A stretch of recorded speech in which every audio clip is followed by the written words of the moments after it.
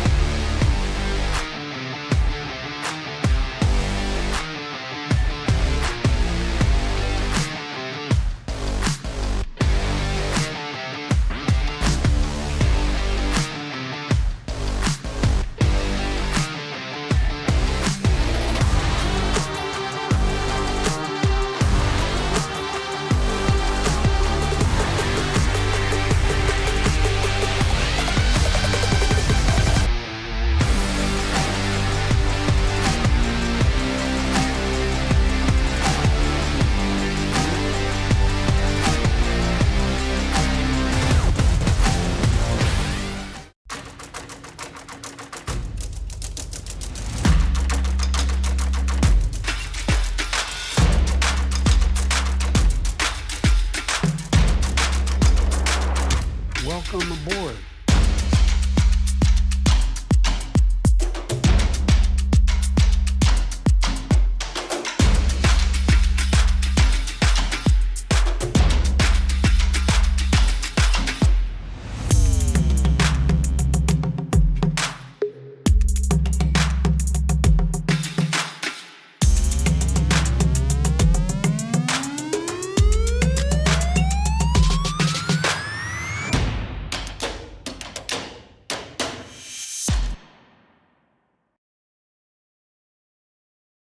Please welcome to the stage Axios defense reporter Colin Demarest.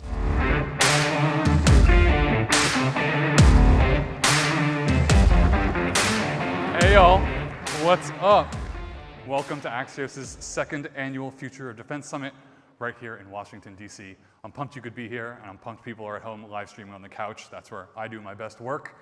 When we launched this newsletter in 2024, we had one goal in mind. It was to bring the future of defense to life in your inbox and on this stage. 1 year later, I think we've done pretty well. That's also a reminder to subscribe if you haven't already. You can do that on your phones right now. I will avert my eyes and not get mad.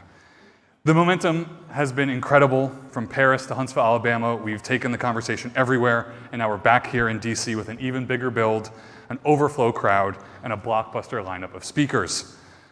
Yes, that 26-foot aircraft outside is the real deal. The Axios Live team set a new bar for this one, including a custom tent build and 260,000 pounds of cement poured to anchor it down, a 9-day end-to-end production sprint, and 5+ DC construction permits to make it all happen. I owe a big thanks to our events team, our production crews, and our partners for making it happen. We know it's a packed evening, so if you need to step out, don't worry, y'all can hear me, you can hear the programming throughout the building. Drinks can be found out there, bathrooms can be found out there, you can follow the signage.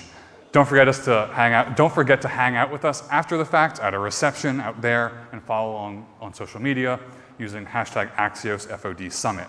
And with that, logistics are out of the way, let's get this rolling. Our first guest has been at the helm of America's national security for decades, leading the CIA, serving as Secretary of Defense, advising presidents through moments that defined global stability and instability. He now continues that work as the co-founder and chairman of the Panetta Institute for Public Policy and as co-host of One Decision, a global affairs podcast. Please join me in welcoming Secretary Leon Panetta.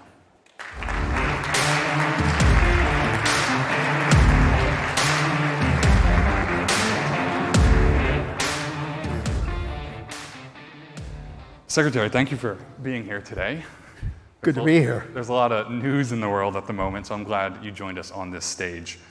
This conference kicks off amid a weeks-long government shutdown. Lots of question about soldier pay, about when this will get resolved, what this means for U.S. posture around the world. What message do you think this sends to other countries abroad, particularly Russia, China, North Korea? Well, pure and simple, it sends a message of weakness.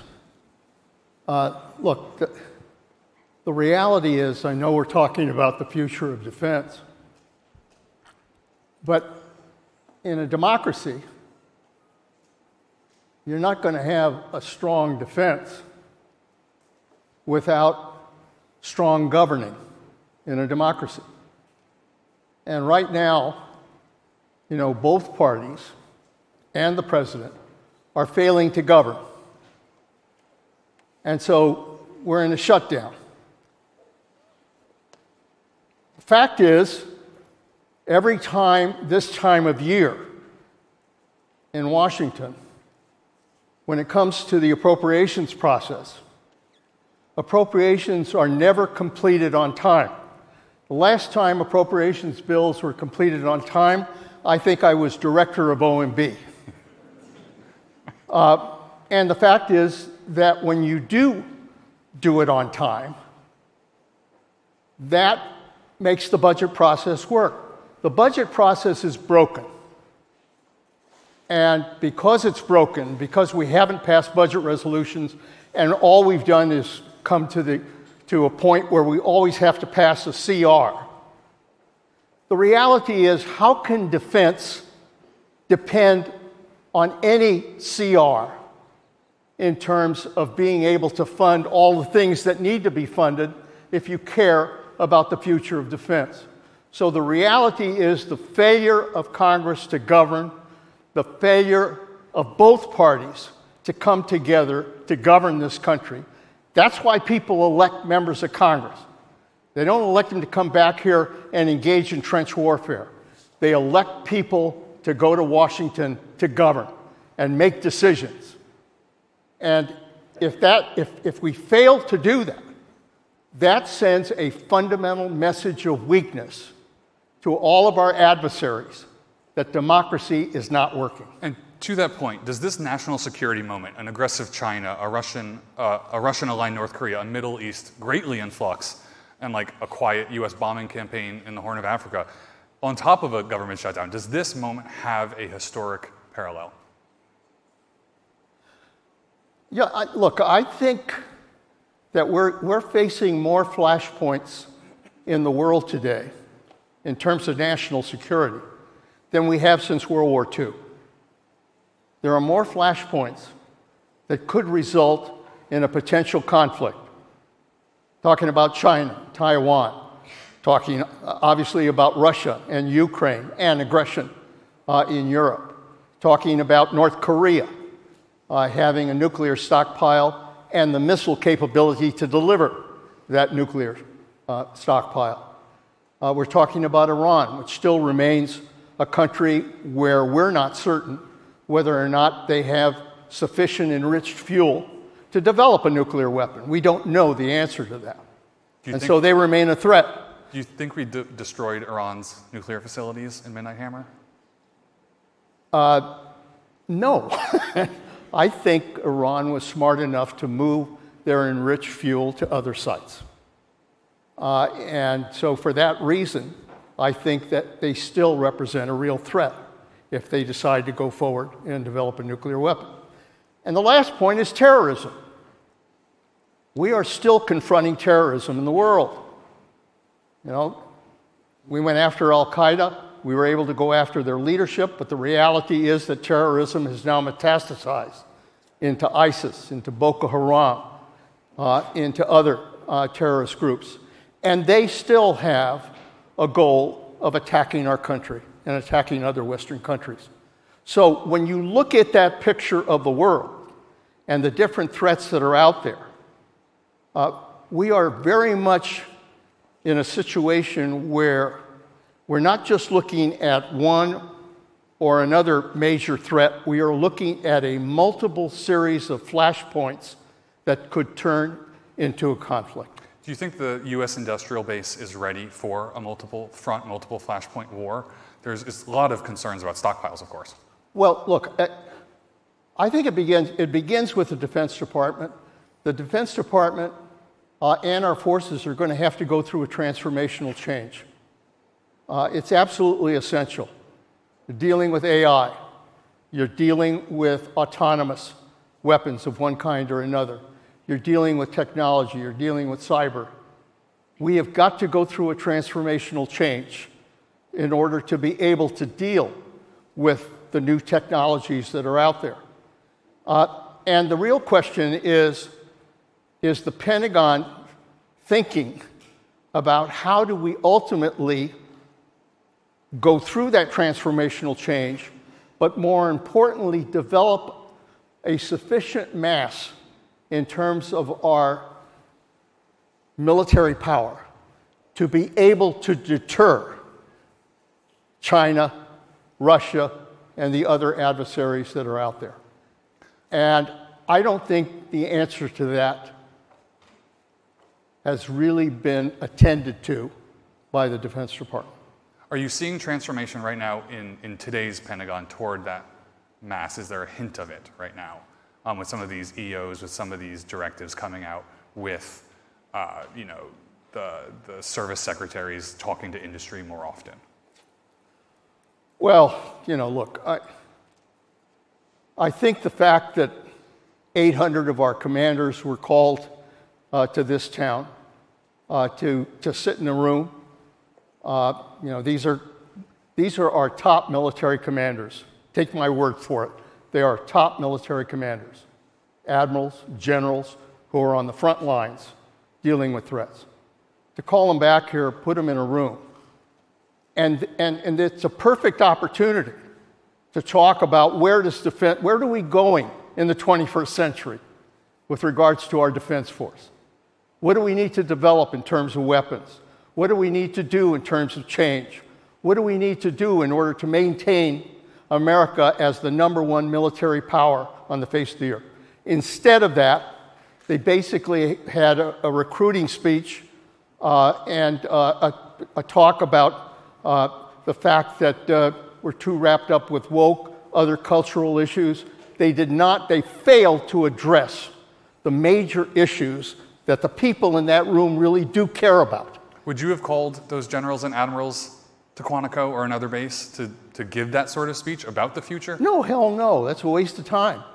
And money, I would assume. Come on, we did. Look, there is a moment where you may want to bring our commanders here. We did that in the Obama administration when we did a new defense strategy and developed it with the military, developed it with the president's input. And the president, when he was finalizing it, said, I want to meet with my combatant commanders. So we called all of the combatant commanders, plus the Joint Chiefs of Staff. We met in the dining room at the White House, and he basically wanted their input. He described what was in our new defense strategy, and then we had a conversation about what changes they would recommend and which ones they supported. That's appropriate. That's what you do. These are busy guys. They're on the front lines, for God's sakes. You don't call them back here to give them a political speech. You call them back here to get their views on how we improve our defense system. On the point of a new defense strategy, right, there's been a lot of reporting recently that this upcoming one will focus heavily on the homeland, on our hemisphere, especially considering something like Golden Dome. Are you concerned that the prior priorities of China, of the Middle East, will be outshone or eclipsed because of such an interior focus? Look, I think our national security is at stake right now. I just described what the threats in the world were. We have enemies that are out to undermine our democracy. China wants to become the #1 power in the world. Putin has one goal and one goal only, which is to undermine the United States of America. That's always been what he's been after. North Korea, same thing. Iran and terrorists and other issues. This is a dangerous world. We've got to be prepared to deal with that dangerous world. Yes, we want to provide homeland security. Yes, you want to defend the homeland. Yes, you want to provide security for the American people. But you don't do that by ignoring our primary adversaries who are those countries, those autocracies that basically want to end our democracy. So we've got to wake up and recognize what is the major threat to our national security. And it's not coming from Michigan, it's not coming from New York, it's not coming from San Francisco, it's coming from foreign adversaries who want to defeat our country, period. I want to pivot here real quick and ask you how you're thinking about today's defense tech zeitgeist, big versus small collaboration.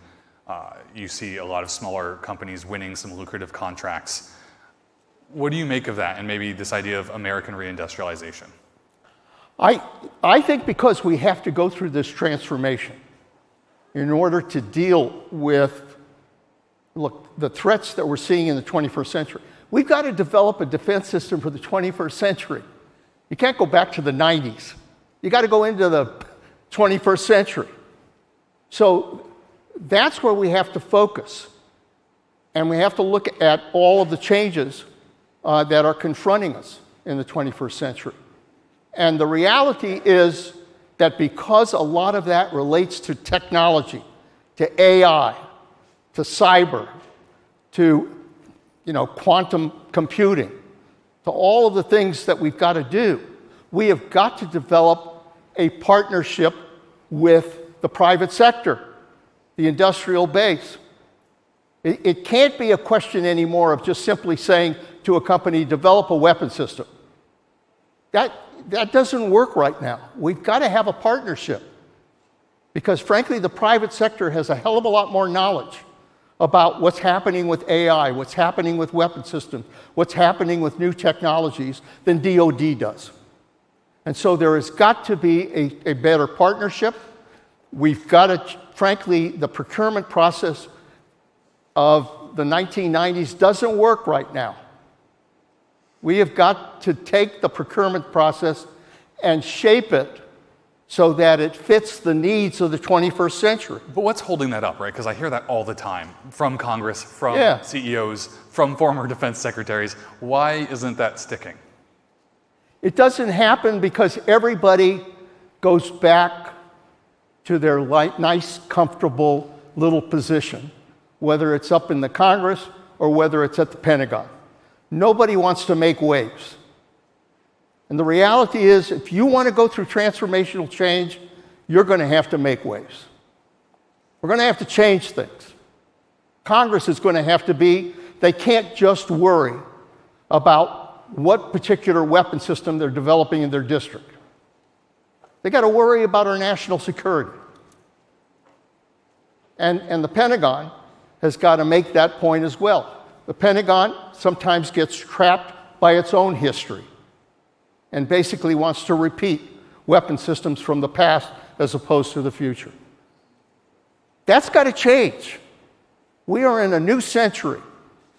We're confronting, for those of you that work with AI, those of you that work with this, with cyber technology, you know what I'm talking about.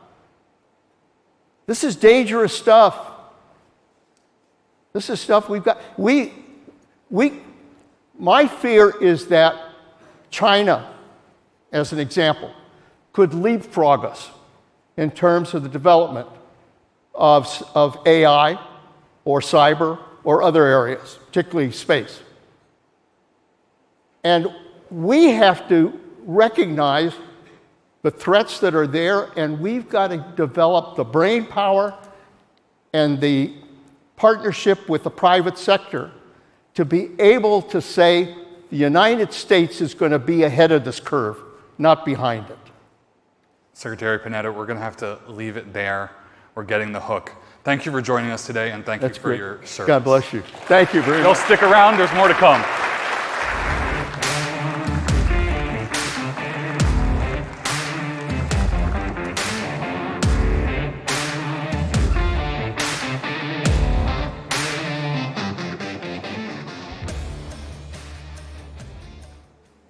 Introducing our View from the Top moderator and Axios publisher, Nicholas Johnston. Good afternoon, everyone. I'm Nicholas Johnston. I'm the publisher of Axios. Thank you so much for joining us today here in this awesome space of standing room only. As Colin said earlier, this is our second Future of Defense Summit. We're so excited, so grateful that all of you could join us. Also hugely grateful to all of the partners we have at Axios. They make everything we do possible. The investments in journalism we're making around the country, convening great moments like this. So huge thanks to Lockheed Martin for being our partner today for the Future of Defense, and I'm very excited to welcome to the stage Lockheed Martin's Chief Operating Officer, Frank St. John. Frank, welcome to the Future of Defense. Good afternoon, sir. Afternoon. So let's jump right into a big topic. As we all know, as regular readers of Colin's newsletter, the Golden Dome is a huge project coming up. And so I would love to get, like, from your vantage point, from Lockheed's vantage point, what's your vision for Golden Dome? Well, I think when it comes to Golden Dome, Lockheed Martin's vision is all about modern deterrence. Secretary Pateta was very eloquent on that point. And when we look at the threats that we're seeing in real-world events, from ballistic missiles, cruise missiles, armed drones, we understand that we need to develop a deterrence capability to prevent that from happening in our homeland. And we also recognize that that needs to be developed in a way that is going to be an open architecture that can field capability initially and grow over time as new threats evolve and new technologies come online. We also believe that this is not a Lockheed Martin all-blue solution. This is going to have to be an all-of-industry approach, and it's going to be ourselves, it's going to be other prime contractors, it's going to be tech providers, people that provide cloud services, high-performance computing. It's going to be new startups that have algorithms that get folded in. And so, as the world's leader in integrated air and missile defense, we think we have a leading role to play. Yeah. But we think we're going to be orchestrating a team. Is it going to be just one RFP for one contract and we'll be done? This is going to be a lot. Well, it's going to be a lot. And the reason it's going to be a lot is because there's already a lot of existing capability that's been fielded and proven today. And that's going to form the foundation of the initial Golden Dome Let's go a little bit deeper into the capabilities. You mentioned a few. Like, what are the things that you think are going to have to be a part of this? Go a little deeper on those. Yeah, well, the first thing that has to happen is Golden Dome is going to be a space-enabled capability. There has to be remote sensing capability to understand what's happening left of launch, to be able to detect those launches and then track those threats as they come towards us. There has to be a command and control system, as I mentioned, that knits together all of the different elements, the ground-based sensors, the surface sensors, space as well. And then there has to be a scaled munitions capability that ramps up from where we're at today and provides enough munitions capability to deal with the volume of threats that we're likely to see. So that's a lot, some existing technologies, some new technologies. The Trump administration has a really ambitious timetable for this. Do you want to give us a reality check on that? What is possible? So what is possible is an initial capability within a couple of years that will take those existing systems, things like Aegis, like C2BMC, interceptors like THAAD and Patriot, other fire control loops like IBCS, integrate those together to create a starting capability. What'll come on over time in subsequent years will be things like space-based interceptors, things like more artificial intelligence decision aids, right, directed energy effectors, those sorts of things that'll be matured and integrated in over time. How flexible are those timetables if you were to start ballparking, like when some of these things might show up? Well, I think there's going to be demonstrations of capability probably within about 12 months. Right. I think that initial capability will be within 2 to 3 years. And then you're going to start to see things like space-based interceptors demonstrated by 2028. Let's dig in. Like, the ambitions of it are so huge. I think that might present a lot of challenges. And like, you have a lot of experience dealing with like these big, complicated projects. What are the big challenges you see in Golden Dome specifically, and how do you think you can help? Well, I think one of the big challenges is because there's so much space capability required in terms of the tracking and transport layers, in terms of those space-based interceptors. An industry that is used to developing bespoke capabilities and putting something on orbit every few years is going to have to get more into a rate production model. And so we're investing now in rate production to triple, quadruple satellite production to be able to meet that need. Similarly, on the munitions front, we're working with the administration now to double and triple quantities of munitions and put the infrastructure in place to bring that online along with the supply chain. And then lastly, the data element of it. This is a huge data issue. You have to move a lot of data very rapidly, make decisions very capably. And so that command and control system that's an open architecture that can plug and play new capabilities is something that's yet to be developed. Some of the words you've used, like plug and play and the systematic nature of it, makes it feel like it's less about building something so bespoke and more something more broad that can maybe be used in different kinds of ways or that can fit into the different goals of the project. Yeah, it has to be adaptable because the threat is going to evolve and we have to have something that anticipates and stays ahead of that threat. This isn't your first rodeo, as I would love to say. Like, you've been involved in these kinds of big projects before, the defense of Guam, other kinds of missile projects. Are there things that you maybe have learned from those that you feel like would be very applicable as we start to think about the rollout of Golden Dome? Yeah, so two programs come to mind. One is C2BMC, and the thing that we've learned from that is the value of bringing the best of industry together. We lead a national team, but there's about 12 or 14 different participants on that team, all of whom are bringing their best capabilities.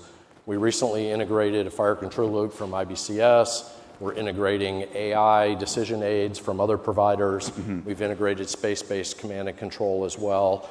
And so that, I guess I'd say that model is something that we've learned and we think we're going to carry forward into an overarching Golden Dome C2. When it comes to defense of Guam, the thing that was at a premium there was speed. So it was, what can you take that exists today? An Aegis fire control system, a VLS expeditionary launcher, an SM-3 and a TPY-6 radar, and in less than 2 years, stitch those together and be able to demonstrate a deterrence capability very rapidly and very effectively. Right. And that is what's going to be needed at the front end of Golden Dome, is take things that exist and pull them together quickly. It sounds like the bottom line here for something this big and ambitious, the two pieces are like partnership and agility. How can you get a lot of people working together and how can you get them moving very quickly? Absolutely. Before we run out of time here at Axios, we lived in on one fun thing or one cool thing. And like, if I have someone from Lockheed Martin, I got to ask about the Skunk Works, right? So tell me the coolest thing you've worked on, the neatest thing. It can be totally top secret. We'll just share it, in this room. So as you might imagine, in 43 years, I've worked on a lot of cool things, many of which I can't say in this room. Oh. So what I'll tell you about is like the most recent cool thing.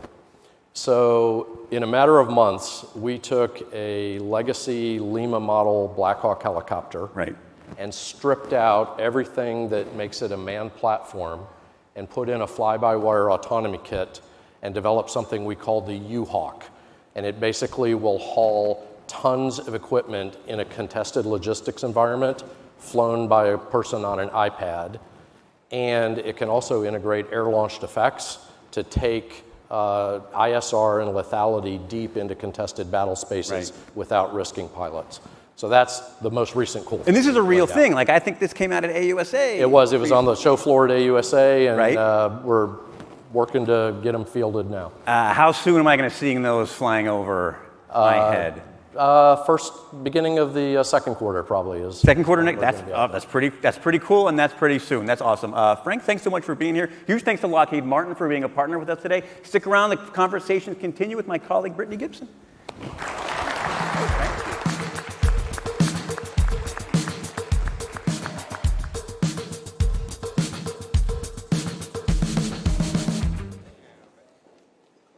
Put your hands together for Axios political reporter, Brittany Gibson.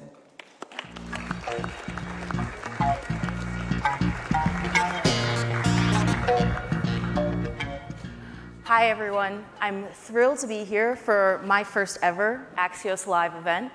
Our next guest is leading the efforts to secure this country's borders. Please welcome to the stage Tom Homan, the United States Border Czar.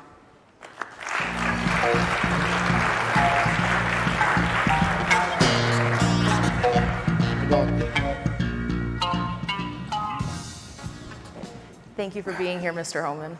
Yeah. So I want to start off by talking about something that you and other leaders at ICE have said about how ICE carries out its arrests, that these arrests are targeted, but we're seeing more and more cases of US citizens being arrested. I want to ask you, what is the criteria for ICE agents out in the field when they're making these arrests? Well, look, the data is clear on that. Every morning on the way to the White House, I look at 22 pages of data. Here's what a lot of the media is not telling you, is 70%, 70, of everybody ICE arrests are classified criminals. Either they have criminal... Sorry, because you've said that before, but that doesn't match up with the data that ICE shares with Congress in that bi-monthly report. First of all, the data is behind, but second of all, it's how you read the raw data. So what we classify as criminals, to make clear, those with criminal convictions or those pending criminal charges, which means we found them in jail. That's who we classify as criminals. Other people will classify, well, if you're not got a conviction, you're not a criminal. But the majority are criminals, and the data proves it.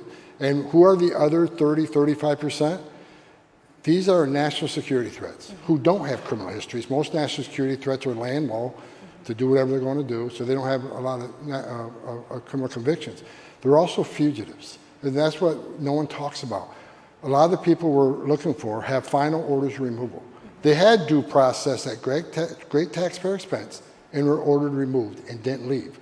There's 1.4 million of them, and we're looking for them too.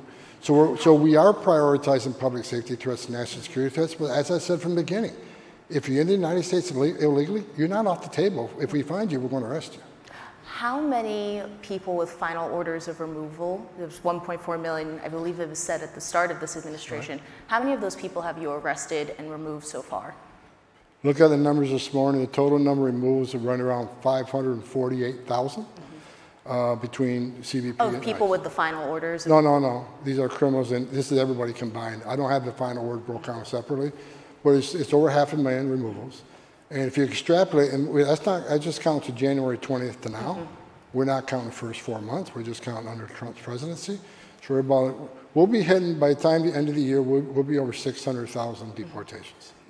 Let me ask you as well about the tactics we're seeing from some of the ICE agents in the field. There have been some more viral videos, instances of agents, for example, breaking a car window to initiate an arrest. How does what we're seeing now different from your time as an agent? And did you ever, for example, break a car window to initiate an arrest? Yes. I mean, we're doing the same thing we've done for 40 years. Yeah. I mean, the difference is right now, ICE officers are under great threat, over 1,000% increase in attacks. So, they're out there doing a very dangerous job, surrounded by many protesters. And look, you have the right to protest all you want. But when you turn to criminal and you start throwing stuff at ICE, like in LA, Molotov cocktails and weapons being used against ICE, these men and women are putting themselves at great risk. So it's a no-nonsense game, so they're being very careful and very quick. They're not going to just hang out and surrounded by 50 protesters. They're going to make a quick arrest, quick absence to do the processing and draw down the case. And for ICE agents going out in the field now, there's a big hiring spree at the agency, but there's also been reports of rollbacks of different training requirements, physical fitness requirements, Spanish language testing, or proficiency. Do you have any concerns that the newer agents will be going into the field less prepared than previous classes? I'm concerned that every agent is fully trained in immigration law, Fourth Amendment training. And there has to be some sort of physical agility because it's a tough job, and as you can see, there's a lot going on out there. Some of the requirements have been reduced, but that's basically for prior law enforcement. The numbers I looked at the other day, about 78% of the rehires are current law enforcement officers. So they know Fourth Amendment training, right? They know what they need to make an arrest or make a seizure or go into a home. So they got a little less training just because they're career law enforcement officers. And in terms of the physical fitness requirements and things like that, there's been a good amount of reporting on difficulties of building up the agents on that. Yeah, there's been a high fail rate. I mean, if you can't run a mile and a half, you probably shouldn't be a federal law enforcement officer. But we're going to, those are important to us because they're putting harm's way every day, so we want to make sure they're physically fit. So if you apply for ICE, hopefully you're taking the time to take care of your physical ability and be able to run, be able to do a push-up, be able to do a sit-up. I mean, that's a requirement for every federal law enforcement. Every law enforcement agency that I've ever been a part of, that's a requirement. During the hiring process, do you have any guardrails to screen out people who might be bad actors, people who maybe have anti-immigrant or xenophobic beliefs? Yes, there's been people relieved, cut out the process in the beginning, and some have been cut out of the process when they're already in training.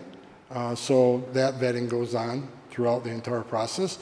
They're trying to push the vetting, the majority of the vetting, up before they even offer the job, rather than spending weeks at training or weeks, preparing them to go to training with all the paperwork and red tape involved.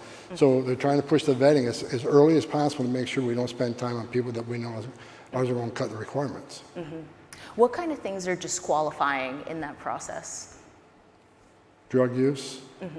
That's a big problem with drug use. Criminal history beyond the drug use.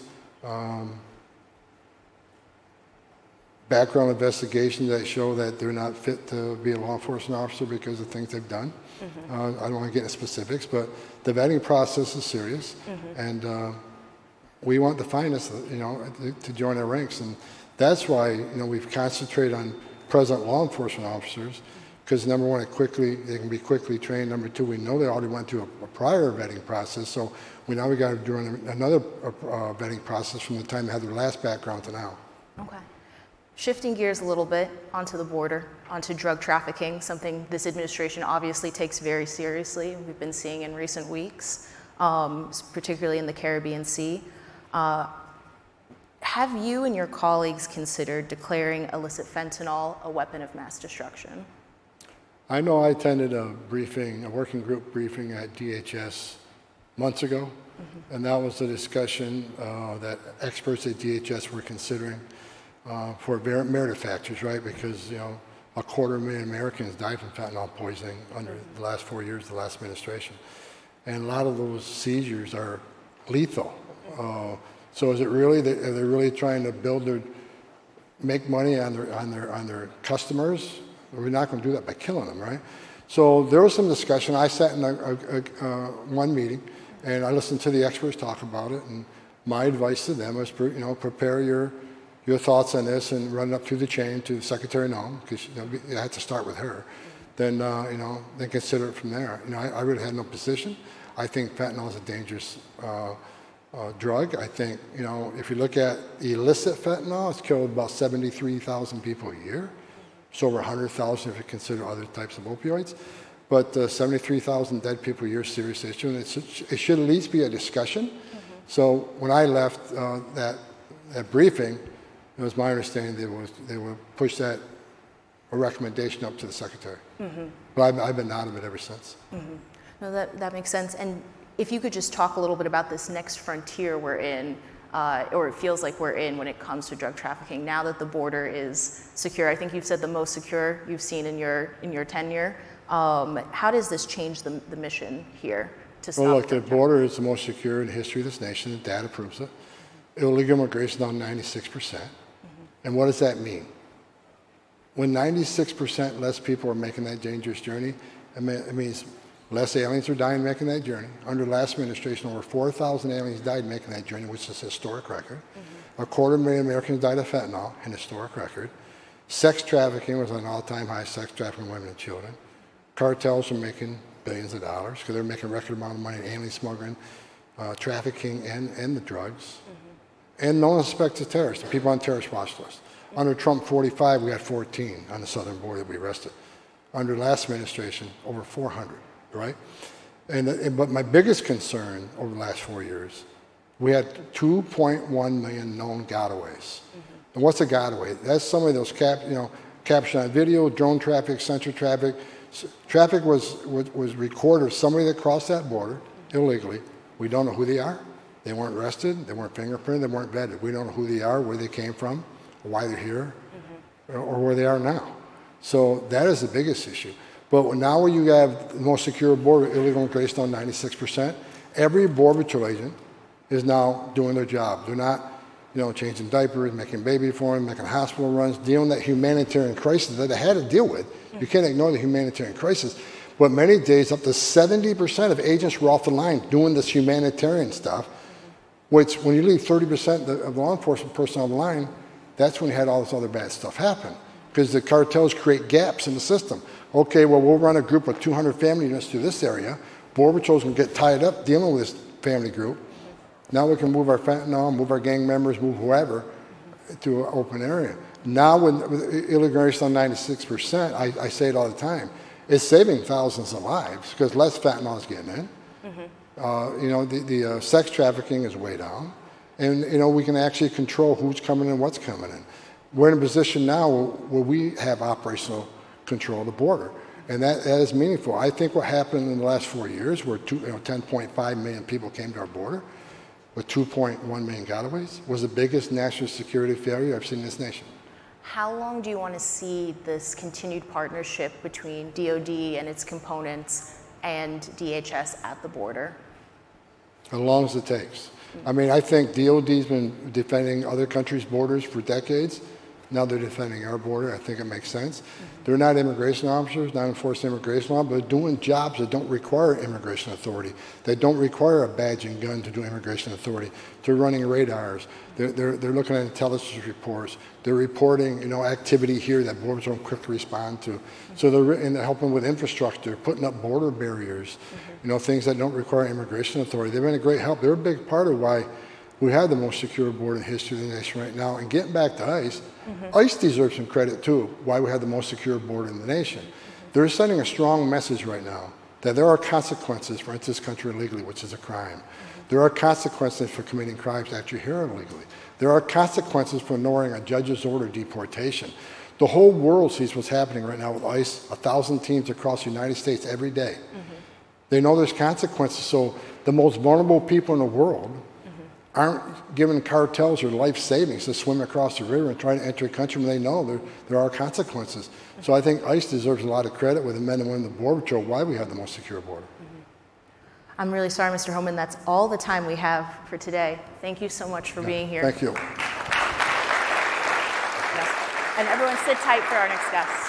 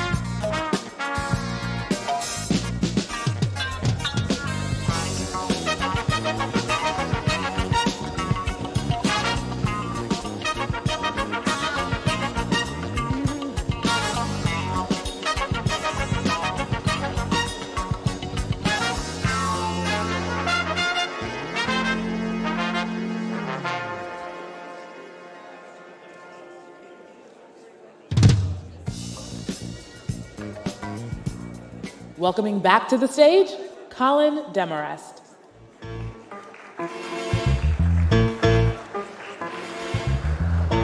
I'm back. Brittany, killer interview. Thanks for doing that.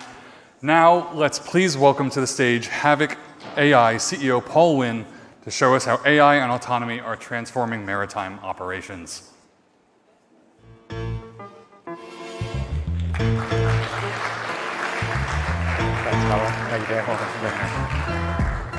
I think I'm ceding the stage to you right now. You have a video, and then we have a live feed out of Rhode Island that I will have at it. Yeah, we're going to show you a video from a competition we did in Hawaii last month. And then we have real boats on the water in Rhode Island that we're going to go control from stage. So I'll tell you, it is incredibly stressful controlling full boats 400 miles away from stage. So please bear with us. I'm going to play it.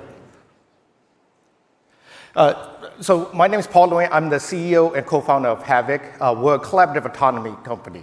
Basically, what we're doing is building the technologies needed to put thousands of those autonomous vessels into the water in the next 2 years, right? More than building boats, what we think is important is the software to make thousands of boats do what you're seeing on the screen. So what you see on the screen is a competition we did in the Pacific, where the US Army asked us to protect a watercraft in the middle completely autonomously, which means no humans in the loop, right? You couldn't cheat, you couldn't remote control or waypoint plan. And we did that for a whole day. What you're seeing is our vessels protecting that vessel in the middle for an entire day.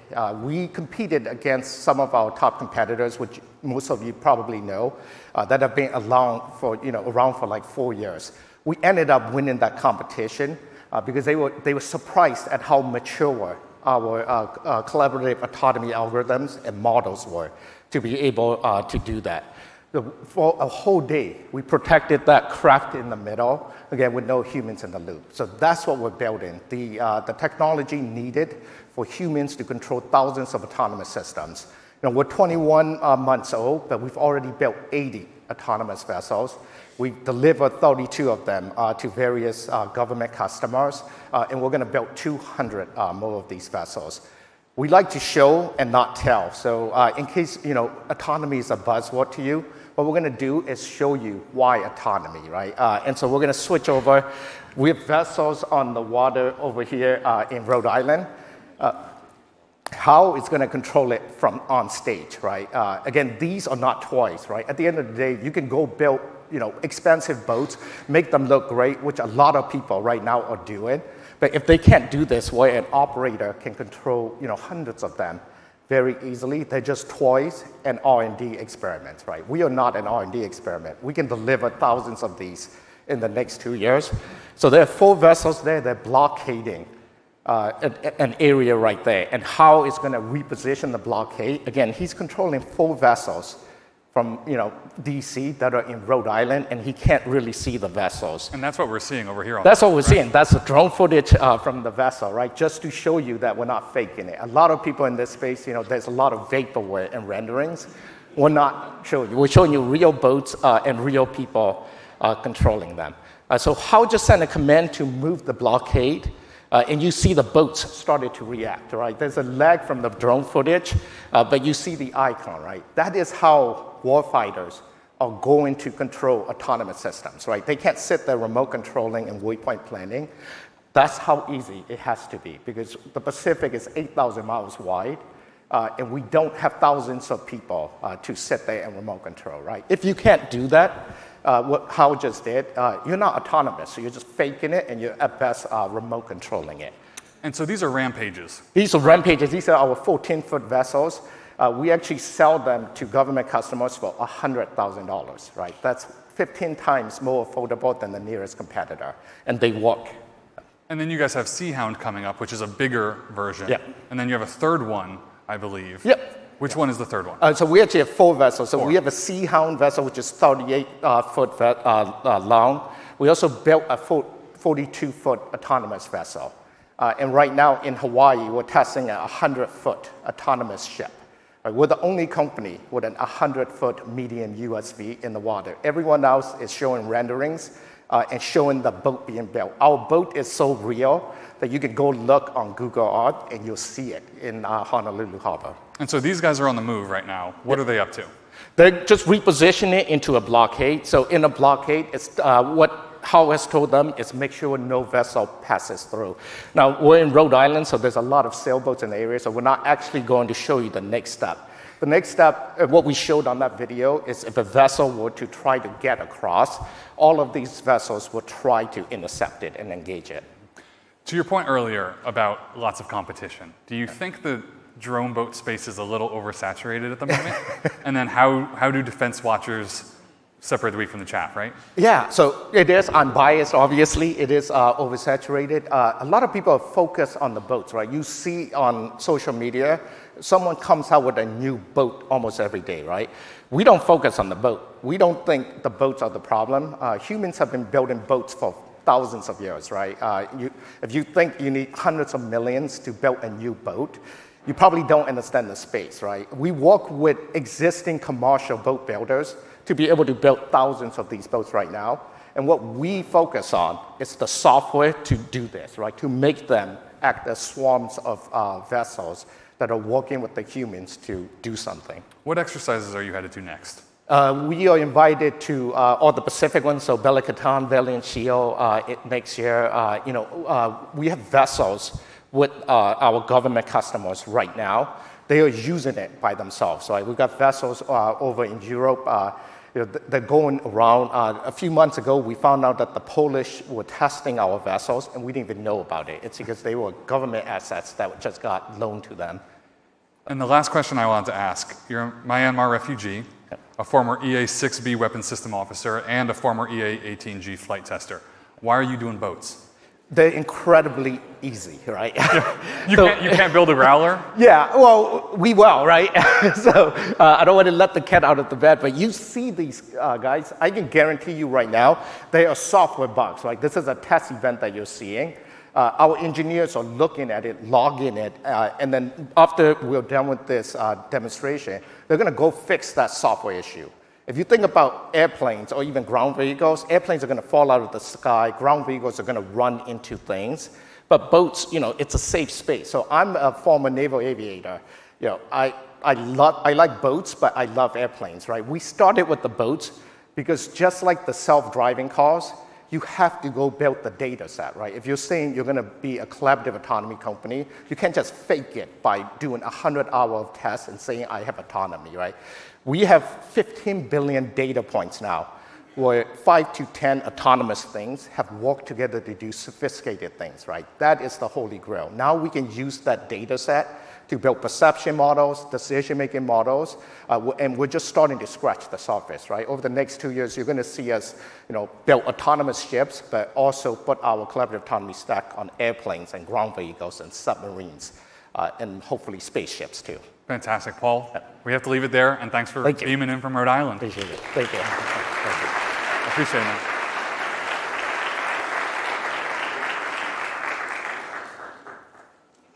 So we're going to keep it moving. Defense tech innovation doesn't happen with capital. I'm sure you all know that. But few know it better than our next guest. Please welcome to the stage Paul Kwan, the Managing Director at General Catalyst, where he leads their global resilience practice. Paul, come on out.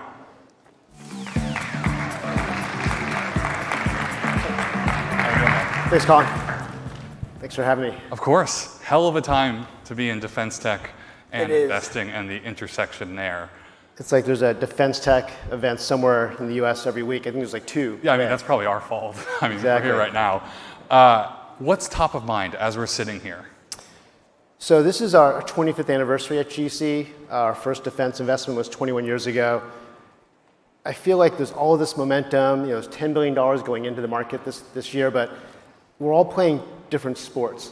I feel like we all have the same mission, but we're playing baseball over here, football, hockey, and we're not fully aligned on stuff. And so I do think if we step back and think about where are we all coming from, that's been really important. And so at the risk of being trite, I think a lot about like empathy, education, and then evolution. So I don't know if we can talk about this. Yeah, the triple E's. I don't know if we can go that route, but. So let's run through that real quick. Empathy, right? Yeah. Does that mean everyone playing on the same team, everyone understanding each other, or is that like, oh, I feel so bad for you? No, it really means understanding where you're coming from. So the veterans on my team are constantly reminding me, defense tech is the only industry in the world where the users of those products may freely and willingly sacrifice their lives to use that product. It's very serious. And a lot of innovators don't fully understand the seriousness of that. I was with a CEO of one of our companies recently, and I asked, if you could fix one thing with your culture, what would it be? And they instantly said, I wish that every time there was a problem with a customer, that my team would think it's our fault. If we could just ramp the empathy on our side because of what I just said. So I mean, it really is calling like understanding where people come from. But you go around the stakeholders. People have to understand from the innovation economy standpoint, we're deploying $10 billion into defense tech. That's 60% more than the combined R&D spending of the 4 defense primes. Risk capital is going in, energy is going in, the flywheel is turning. Something sort of needs to happen to keep that flywheel going as well. I mean, that's high risk, right? We're talking about $10 billion here. And it's people always ask, like, who are these investors in VC firms? 30% of the investors in General Catalyst are state pension funds who are expecting returns in excess of the S&P 500, which is that risk. That's the risk we take. That's the risk entrepreneurs take, but that's that flywheel, Colin. So again, when I think of empathy, it's like just understanding where people are coming from. And then lastly, with policymakers too, like, all the effort going in, it's tough because you don't control execution and implementation. So again, more empathy then allows you to get educated. And I just want to give a few examples. I think this education point sounds obvious, but it's actually very powerful. We were very privileged to have a 3-star join us before they took change of command to a 4-star position. Instead of going on vacation, this person came to the West Coast, spent a few days meeting startups and innovators. And after 3 days, they said at dinner, I get it now. You guys invest in a bunch of companies. Some of them are going to be winners, some will go to zero, but it kind of has to work out that way to keep this flywheel going. I'll say, does this whole cycle depend on winning? At least to some degree. Somebody winning. It doesn't have to be our company. Somebody, I think, has to, again, if nobody delivers the best solution, understood.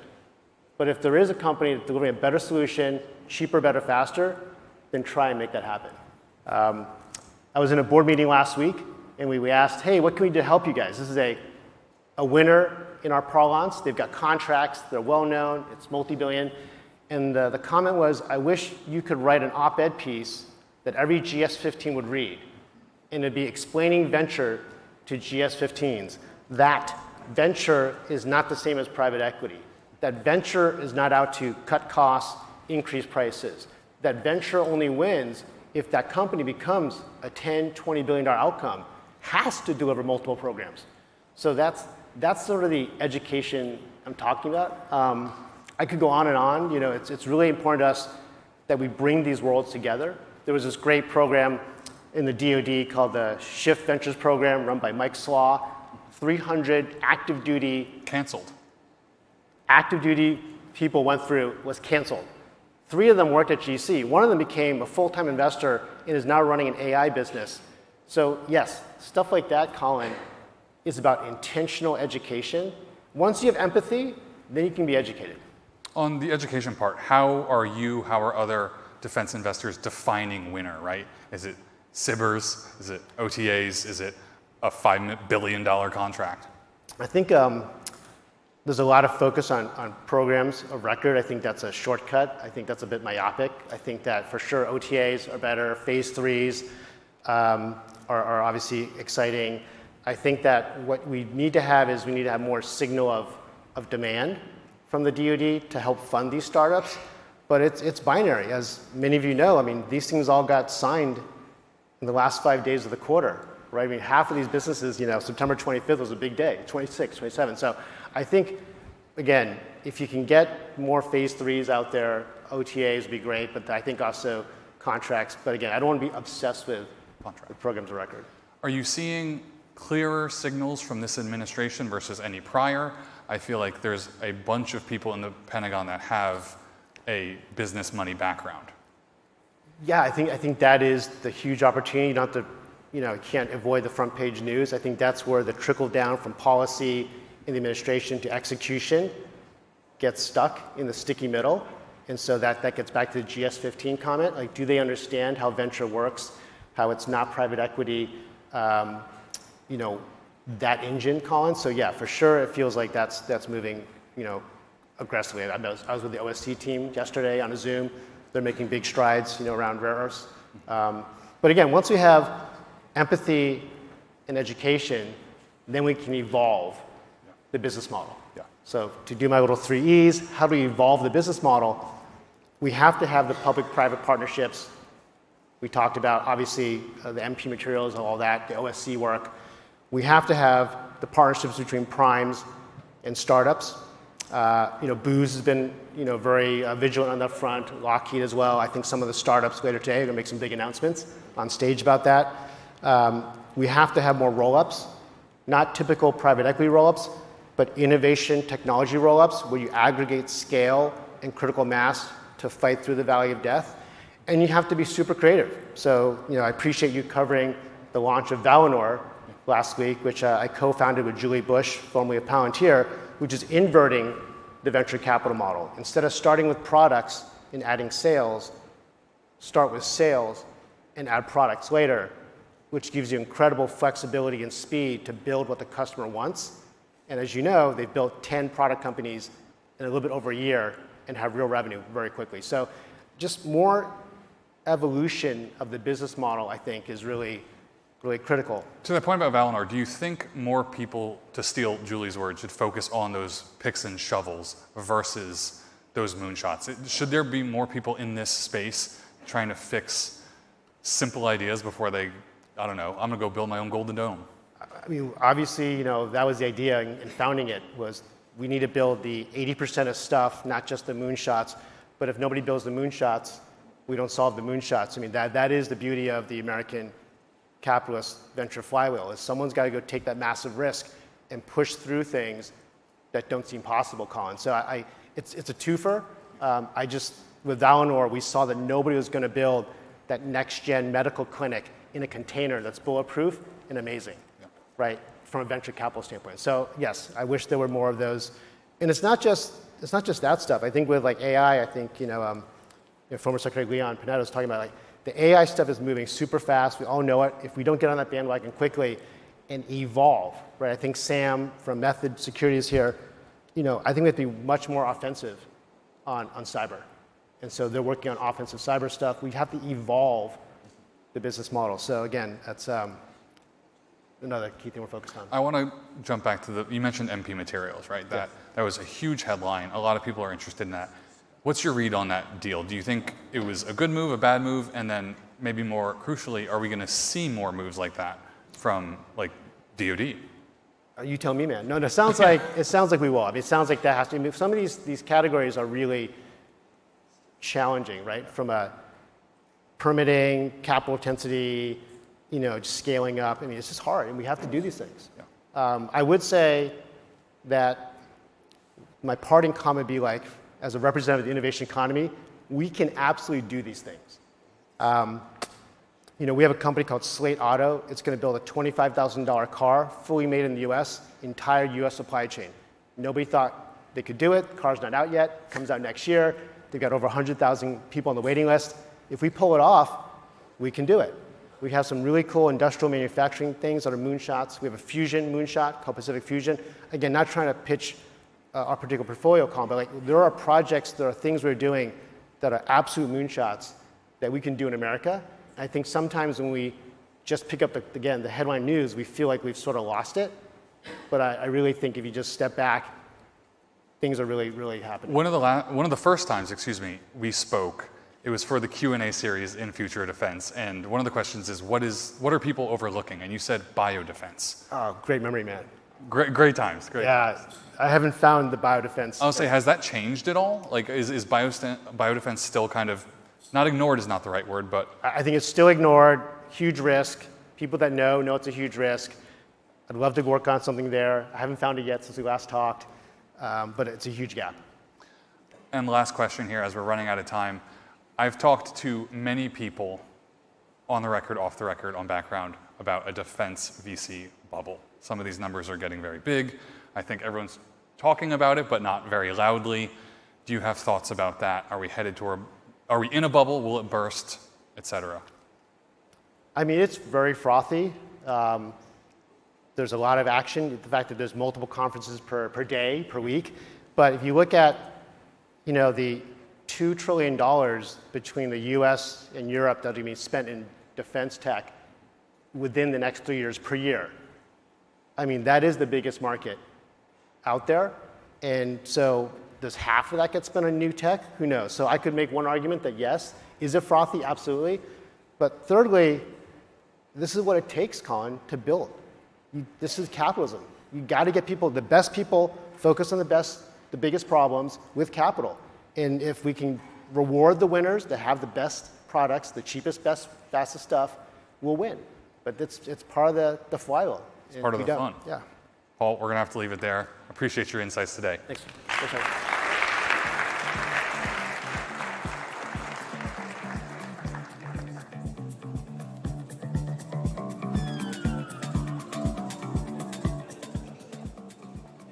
And now, a word from one of our sponsors.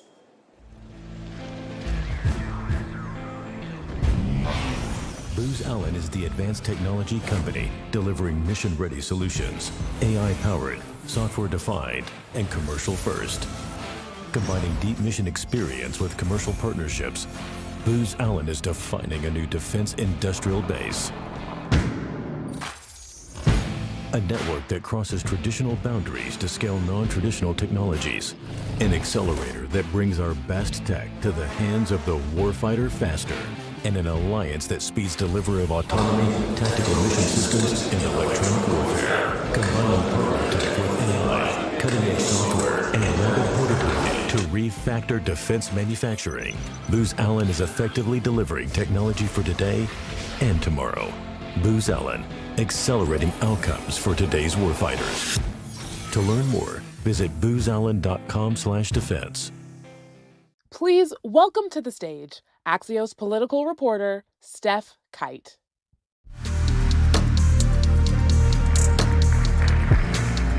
Hello everybody. It's so great to be here with all of you. Thanks for being here. Again, I'm Steph Kite and I'm a congressional reporter with Axios, and I'm also a co-author of our congressional newsletter, which we call Hill Leaders. It goes out every night, Monday through Friday. If you would like to get the big story of the day, see what Capitol Hill is doing or not doing every day, you can sign up using this QR code, so please do. And you can catch the latest edition coming out this evening in a couple hours. Next up, we have a senator who's shaping America's approach to competition with China and the future of biotech and national security.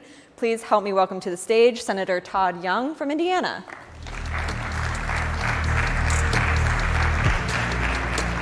Steph. Hello, Senator. Thank you. Thanks for having me here. You know, there's so much to do these days. There's a lot to do, you know, starting with opening government up, but not stopping there. So we're sort of getting ready for the next phase of legislation and oversight work once we open the government back up. Yeah, I have to ask, kicking this off, how long do you really think this shutdown is going to go? Is there any sign of progress at this point? You know, we're in the phase where you're going to start to see more conversations, I think, on the floor from members across party aisles. Probably not among leadership, that will be behind closed doors, but that's a good sign when you start to see that. It shows there's a level of impatience with this, and it also shows that members are hearing from their constituents that they need to make some changes to their approach. So obviously, being a Republican, I hope what they're hearing is that you know, let's go ahead and start to fund the government, open it back up, and then negotiate over other policy issues if those are of concern. Does this go into next month, go into November? Probably, yeah, probably. Yeah. Well, yesterday, okay, well, we'll dive into the defense topic now. Let's do that. Yesterday, Pentagon officials, there was news that Pentagon officials are now required to get prior approval from the Office of Legislative Affairs before providing any information to Congress. This was reported, this was a memo from Secretary Hegseth, Axios and others reported this. What do you think of that as a policy, and do you have any concerns about Congress potentially getting less information from the Department of War? Well, first let me emphasize how important your job is and other journalists. It's essential that the American people get information about our entire national defense enterprise, from the Pentagon to other agencies of our security establishment. That said, I also have great faith in our reporters. I think you will continue to identify sources, continue to ferret information out when it needs to be delivered to the American people, and I think that'll continue.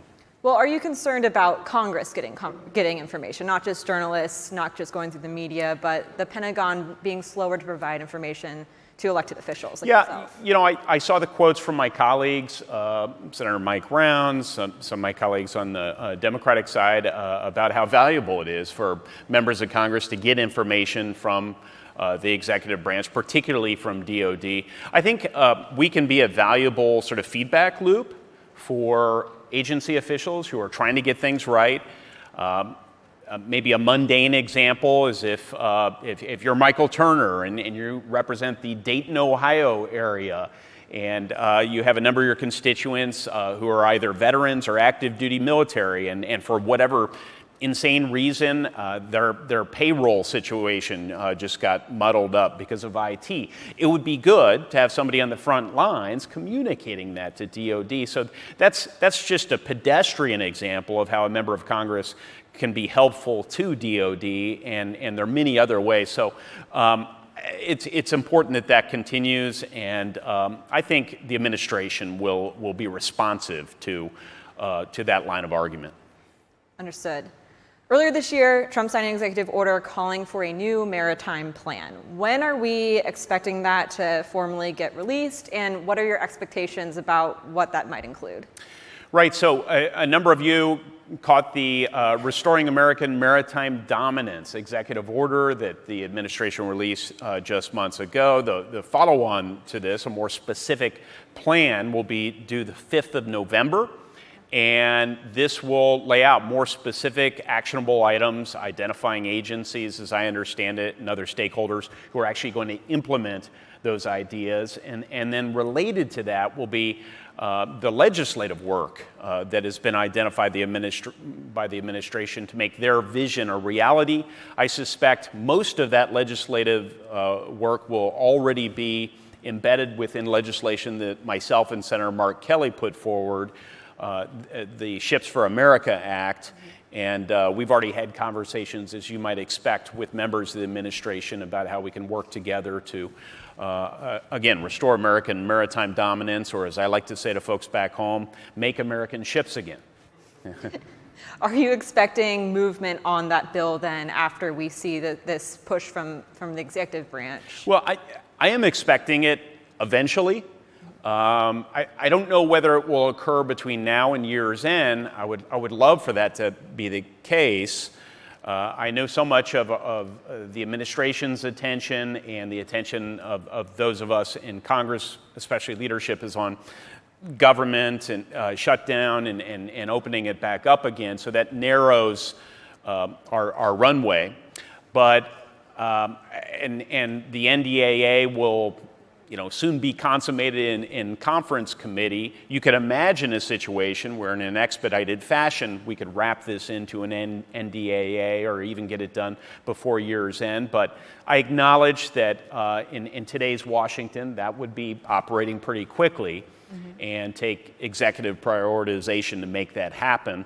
Barring that, I think we've laid the groundwork with all of the stakeholders who've associated themselves with this bill to make any necessary tweaks and accommodations and get this done by Q1 of next year. Okay, great.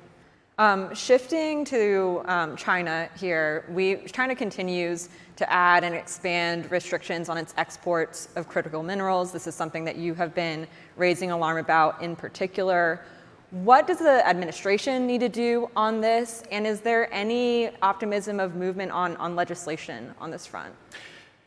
Yeah, for the uninitiated, and I don't think that includes anyone in this room or probably most of the people who are tuned in, but this is absolutely a defense issue. And that's a note that I have been singing here for some period of time. We need to be thinking not just about the defense platforms themselves, not just about acquisition, although we need to think about that, but supply chains.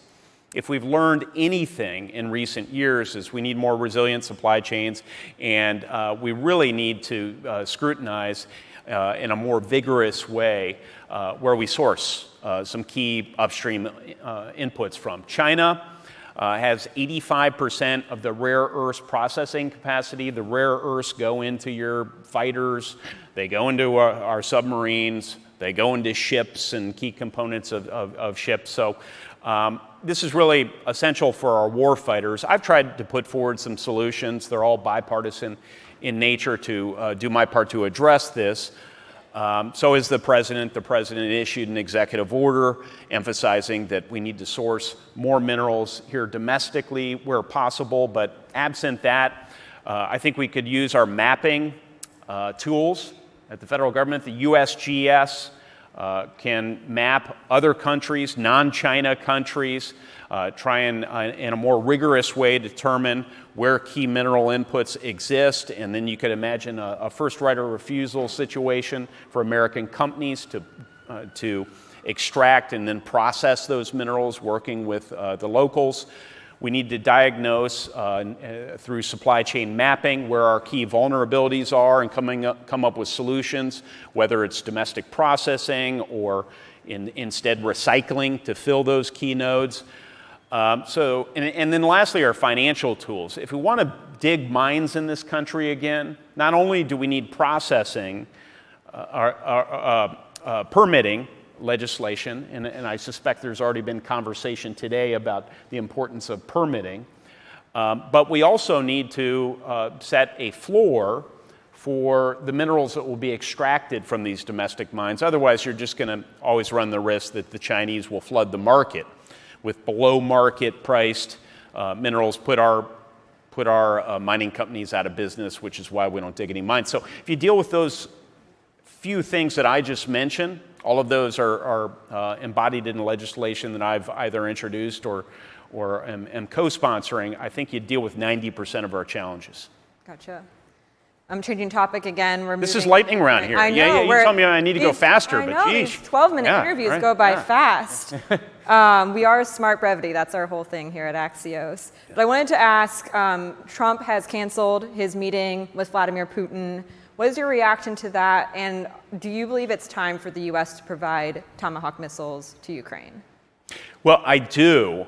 This may be what you call in the business a leading question, because today I actually issued what we used to call tweet. Now do we call it an X? I don't know. But I sent out a social media post on X that said we should deliver Tomahawks. President Trump should deliver Tomahawks. I do think President Trump made the right decision not to hold this meeting. Listen, President Trump clearly understands that he's dealing with a KGB operative, and he refuses to get deceived by him. I think that's good. But I think he really needs to ratchet up the pressure more, not just through sanctions, although I'd support that, but also by delivering the long-term weapons, standoff weapons that are really needed. I think that's what Putin responds to. Understood. And last question before I let you go. The U.S. has now conducted 7 strikes on drug vessels off of Venezuela, killing 32 publicly unidentified people. Trump has authorized CIA operations in Venezuela. You sit on the Intelligence Committee. Is Congress hearing enough about these operations? No. Congress isn't hearing enough in any forum, including in a public forum. I think legal rationales behind these issues should be openly discussed and rediscussed on an ongoing basis. If there's been any takeaway from me from the last roughly 25 years of congressional action and inaction, it's not that Congress needs to be more hands-off, that Congress needs to get out of the way. That hasn't been my takeaway. It's not the takeaway of most of my constituents, which is why, in part, that I've worked with Senator Kaine on efforts to repeal the 2002 zombie AUMF, which could have been used for other purposes, never intended, to repeal the first Gulf War AUMF. I think Congress needs to go further. Rather than just asserting our ability to authorize military force, which we certainly need to do, we also need to officially bring to close these conflicts and make clear that we have constitutional prerogatives that need to be consistently asserted. So as it relates to this situation, there's a novel fact pattern related to it. And I was clear here again on social media, on a social media post, as you have advised me to characterize it, that we need to learn more.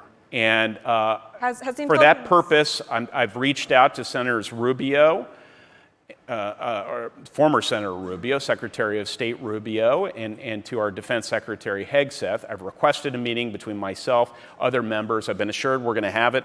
And I've also called on the Foreign Relations Committee to hold oversight hearings on this matter. I believe they will. Has the Intelligence Committee received any briefings on the Venezuela strikes? We haven't announced any briefings on it, and I'll continue to monitor the wires for relevant information. Gotcha. Okay? Well, Senator, thank you so much for your time. Thank you so much. We ran out of it quickly. Thank you all for being here. Stay tuned for additional guests who will be fascinating to listen to as well. Thank you for your time.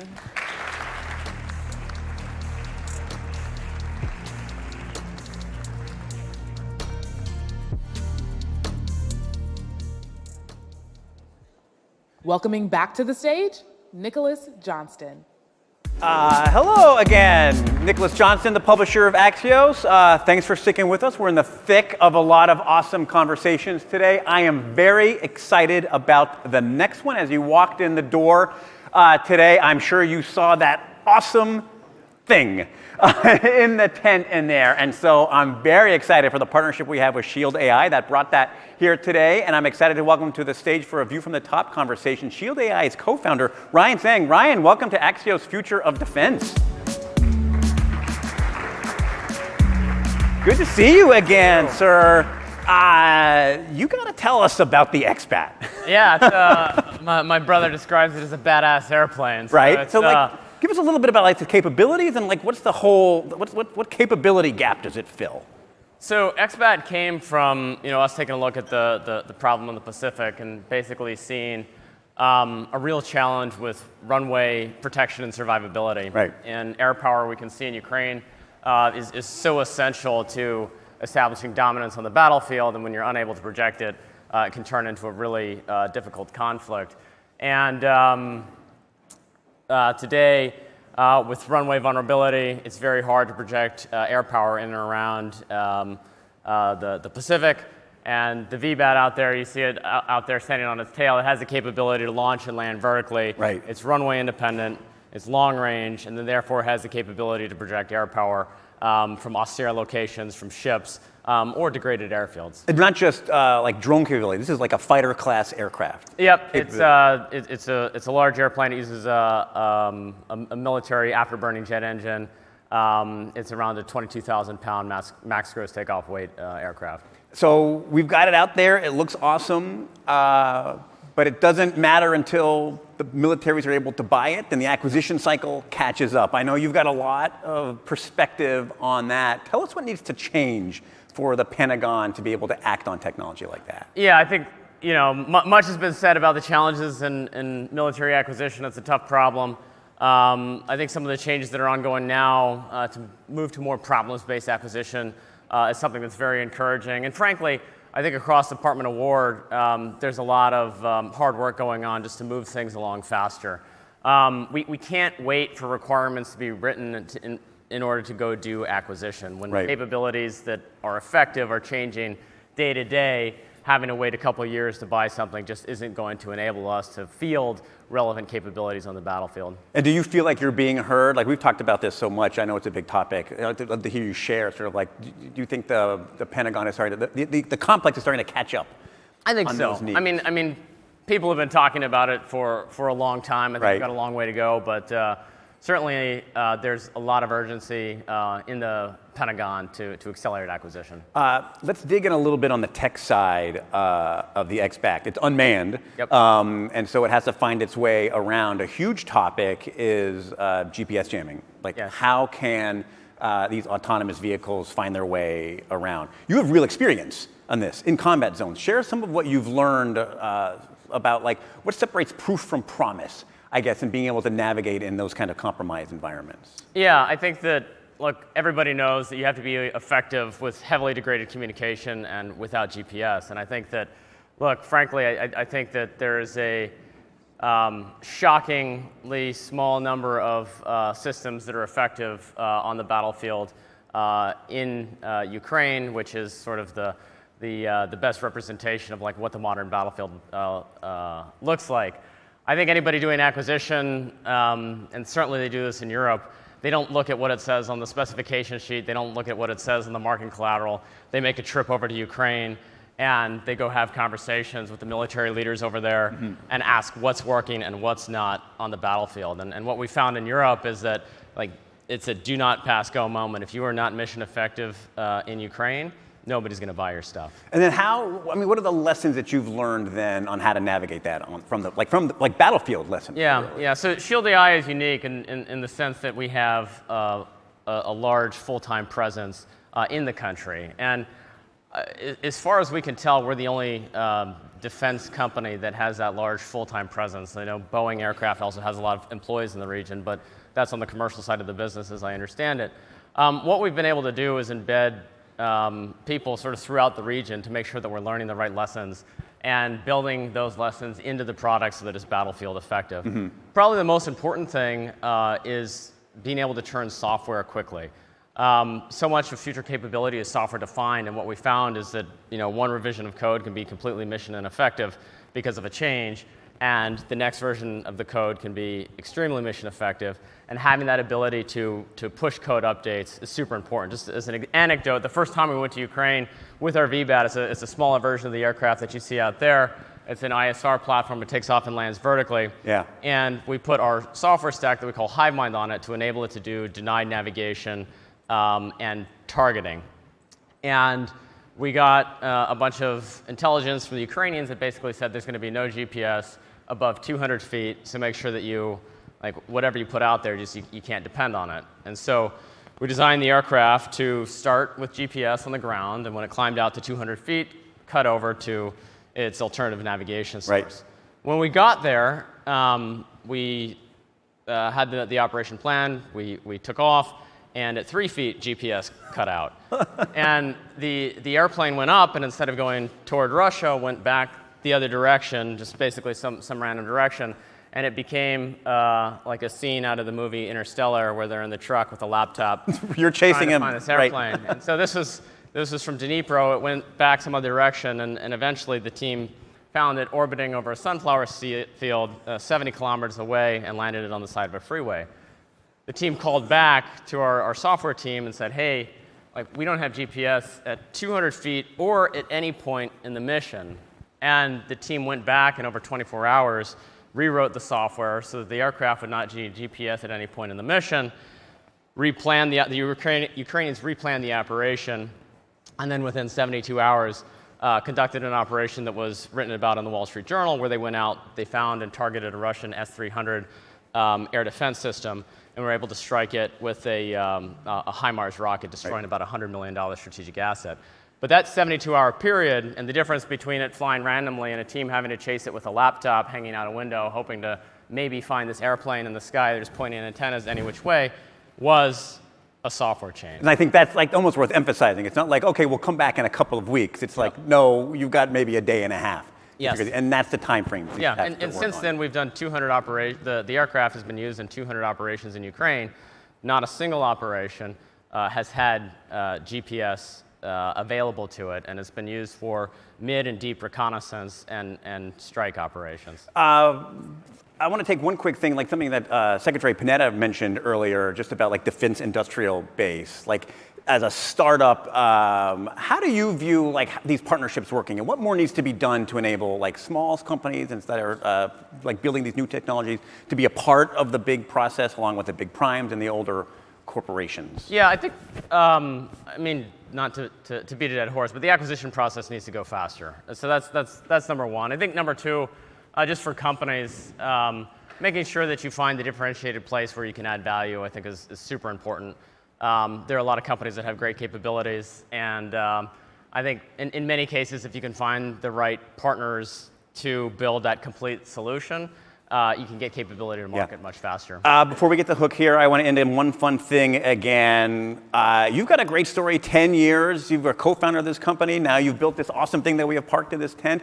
Give us the funnest part or the most frustrating part of that founder journey. So I don't know if you know, I co-founded Shield AI with my brother, who is a Navy SEAL. And so probably the The most fun and least fun part of the company is working with my brother. So there you go. That's great. Ryan, thanks so much for being here. Thanks to Shield AI for being a partner with us today. Go check out the awesome tool they brought outside and stick around. I think we got Colin coming back up. All right, thank you. That's right.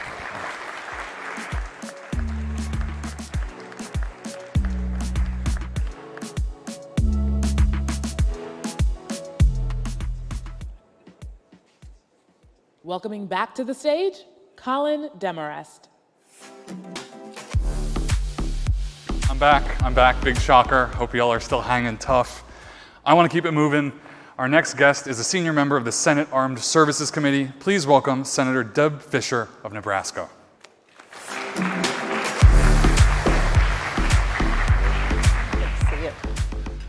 I was saying backstage, I love a brown suit. I have one myself. I know, Anyone we who's kinda watched match this has here. probably seen me wear it at like 3 events back to back. But thanks for being here today. Good to be here. I want to talk about nukes, a topic near and dear to your heart.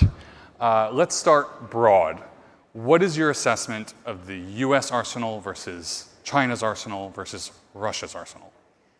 We've seen a big change. I think when you look at the threats around the world, you have to consider that before you enter any kind of discussion about our triad and our nuclear arsenal.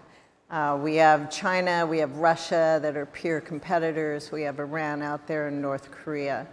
Russia has modernized their nuclear weapons, and they are very strong when it comes to their tactical weapons. China has advanced at a breathtaking speed when it comes to their platforms and their weapons, and they surprise us. Is it fair to call China a peer? They have far fewer warheads. There's questions about its C3. People call it near peer, some people call it peer, but I think there's a decent gap there in terms of numbers. But they are growing, and they are advancing, as I said. They surprise us on how quickly they have adapted and continue to grow their triad. And they do have a triad. What was your big takeaway from China's military parade? They had drones, they had missiles, they had everything. Were you surprised, shocked, bored? Never bored. Never bored. Never bored. It's hard to be surprised anymore because we're surprised a lot. That's not, in my opinion, that's not a good position to be in. But it also has spurred us on as we look at the threats. It has spurred us on to take seriously our modernization of our triad and to modernize platforms, but also the weapons that we have. So the B-21s, as we were talking about backstage, when we look at those, they're on schedule. That is huge. That's a great thing. But we need more than 100. The number for 100 of B-21s, that came about in 2010. And we have seen the landscape of threats change a lot since then. What's the sweet spot for Well, General Cotton, the STRATCOM commander, who is the person we should listen to on the requirements of STRATCOM, says 145. And if you look at the Indo-Pacific, when you look at the conventional needs that are out there in the Indo-Pacific, when we face China, that needs to be taken into consideration too. So I think 145 sounds like something we should have serious discussions So 100 was the old number, 145 is today's number. Do you think maybe we'll hit like 200 10 years from now, right? Do you expect some sort of upward trend on that? It depends on the threats that we face, but I hope we don't completely close down programs as we think the Cold War is over, so we close down a program. We sit in mothballs for a while, and then it takes forever to start it up on every level. You look at the Columbia sub. We're behind schedule there. I think the Navy's going to catch up. But we need to seriously consider submarine shipbuilding and what's needed there, and if maybe new yards are needed as well. What are you hearing out of the White House from President Trump about that point about shipbuilding, right? Because he was very excited about it during Navy Secretary Phelan's confirmation hearing. Phelan mentioned getting 3 a.m. texts about rust from the president. How are you thinking about shipbuilding, and what are you hearing from the president about that? I think it's good to have an administration that's committed to our military, and that recognizes that our triad is the bedrock of our security here for our country, but also for the world as well. Will the U.S. always need a triad? I believe so, yes. Let me rephrase. You didn't like my answer? No, it was good. I guess, will we always need ICBMs in the ground in Yes. Yes. Yes. Why? And that's why the Sentinel program is so very important. Because right now, we really only have a dyad. We have submarines, we have ICBMs. Our bombers aren't loaded, and it takes time to do that. So you believe the Pentagon was correct in recertifying Sentinel? Yes. What would be your argument to the watchers, to the audience, to the public about why it's worth the money? It's way over budget, it's way past dates on, just certain milestones. Why should we keep pouring money into it? Because it's necessary for our security. Simple answer. It's necessary for our security. You can look at the triad and be able to say, well, submarines, they're kind of elusive out there. We don't know where they are. They can hide. Our bombers are also valuable for a number of reasons. But think about ICBMs being in the heartland of this country and what that means to an adversary who would ever consider hitting the heartland of America. That's a deterrent in itself, besides the fact of the reliability that we have with our ICBMs. And so the Air Force has said it's looking at ways to keep Minuteman III viable through about 2050, according to the unclassified version of a GAO report. Is that wise to keep something so old running for so long? And then what does that do on the logistics or even the money tail? You have to be able to keep the Minuteman III viable as you're working on Sentinel. Sentinel is going to obviously replace the Minuteman III, but it's going to have capabilities that, again, are going to reinforce being a deterrent to our adversaries to ever consider hitting our homeland or our allies. Underpinning all of this deterrent talk is the NNSA and its Cold War infrastructure. In June, you introduced the NNSA Infrastructure Improvements Act. How and where do you think resources need to be poured to get the NNSA on the right path? Yeah. I think we have to be able to look at the infrastructure that's needed there. They had their enterprise blueprint that they put out that sets out a path forward. But to have that infrastructure that can handle, for example, plutonium and enriched uranium is extremely important. Have you talked to the NNSA about the plutonium pit holdup at SRPPF and PF4 out in New Mexico and South Carolina? What are they telling you about that schedule? We're already way past the 2030 milestone that they had originally pitched. Well, they're moving. They're moving. I heard Senator Young talk about bipartisan work, and I'm really, really fortunate to have as co-chair of the Strategic Force Subcommittee Angus King. And we have a great working relationship, and we are definitely partners as we move through this. We have a lot of classified briefings. We get a lot of information. We constantly challenge the military, and including with Department of Energy, with NNSA on their timelines. And with this government shutdown, we're seeing the NNSA furloughs happen. What ramifications does that have on the stockpile, on our nuclear surety, and are you starting to sweat? I think our adversaries need to know that we have a safe and secure stockpile, and never question that we are able to reach anywhere at any time. This feels like an unprecedented moment. It's like 1,400 people. How does the U.S. prevent that from happening again? We can't cut back on funding, obviously. That goes into when you question what the number of planes are from 2010, after the Cold War, when everything was shut down, it takes time to rebuild, and we fall behind as our adversaries keep moving forward. So the message would be we have to not become complacent, realize that there are other countries in this world that do not share our values and that view us as their enemy and as a force that they need to knock out. And I see that continuing. Last question as we're running over a little here. Yes or no, should the U.S. send Tomahawks to Ukraine?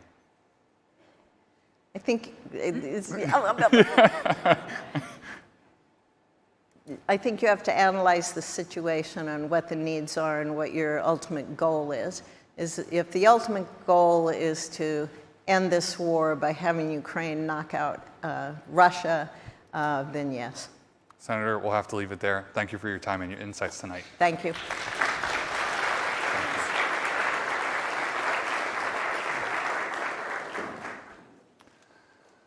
All right, we're gonna have some moving parts here. I'm gonna hop off the stage. I'm gonna meet someone out there, and we're gonna talk about drones here in a second with Ben Levinson of Heaven Aerotech. A little more than 5 years ago, Zephyr Flight Lab started as 3 people and a couple desks shoved into the corner of a warehouse. A lot has changed since then. Just in March, we became part of the Heaven family. It's just the beginning of this team and this work.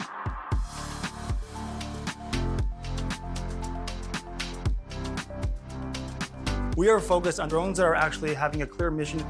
We call them actionable drones or flying robots. The Z1 is a 10-hour flight time. We're working aggressively on extending that. What made the US great over the past 100 years was our ability to build things. We have the spirit, we have the innovation, and we have the capacity to scale fast. That's exactly what we are doing here, building aircraft as fast as we possibly can. But our intention is to continue to take the amazing community here, the amazing team, and that foundation, and build on top of it. It's exciting for me to be part of this journey, the most important frontier of our generation. Building something big and hard is challenging. That's why this office here is huge for what we're going to build. I'm still blown away with how much aerospace is in this environment right here. To grow that, bring jobs here, and expand that, it's going to be exciting.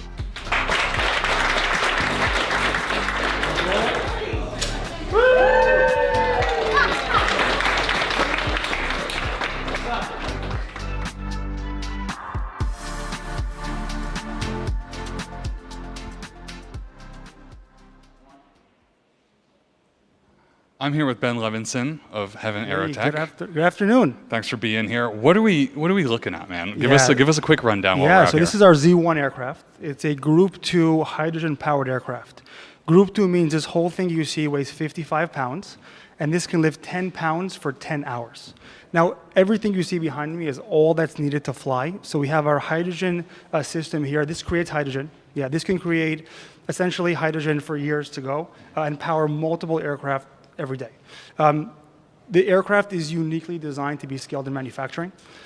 It's fully modular, so if you see this payload bay, this can be replaced in the field. You can literally replace it. So we built it here this morning. So this takes literally 2 minutes to build. That's it. There's no screws needed. You bolt it on and it flies. And what you see behind me here is our ground control station. You hit the button, it flies autonomously by itself, takes off and lands, etc. And what does this work in terms of C2? Is it C2 agnostic, or Correct. is it? Yeah, I mean, we have our own. You have our own, but customers tend to have different requests. So basically, autonomous systems that can fly wherever needed at scale. And in terms of payload, right? We have a sensor up front. What else are we talking about? Correct. Carrying? So we have 2 main payloads. We have one up front and a secondary right here. Okay. And there's other ways to place payloads on the bottom or on the wings if needed. Fantastic. I'm going to ask you the real questions once we're on stage. All right, let's do it. That way.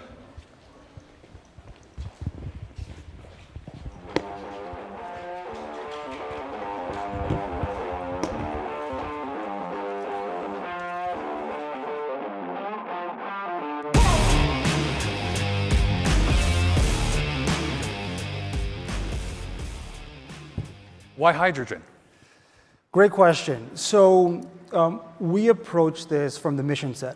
The drone industry has been evolving the past few decades. And I started this company after being involved in a national project 6 years ago and realizing that drones as flying cameras are amazing, but once a drone can be a flying robot, that's where things will change. Batteries are great, they're quiet, they're simple to use, we all know how to use them, but they can only fly for a limited range, 10, 15 miles on a regular multi-rotor, maybe 50 miles or a bit more on a system that has a wing. If you want to go longer, you can use a combustion-powered engine or a jet engine. The problem is that these systems make a lot of noise, so you can hear it from a while away.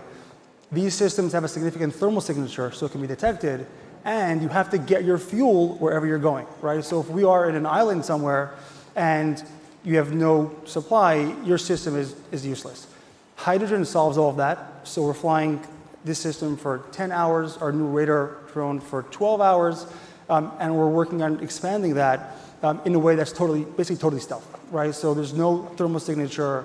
Above 200 feet, there's zero noise, and the station that you saw down there, we have a few different versions of that. You can create hydrogen in the field 24/7 forever. So it really answers all the different needs, first and foremost from the user's perspective.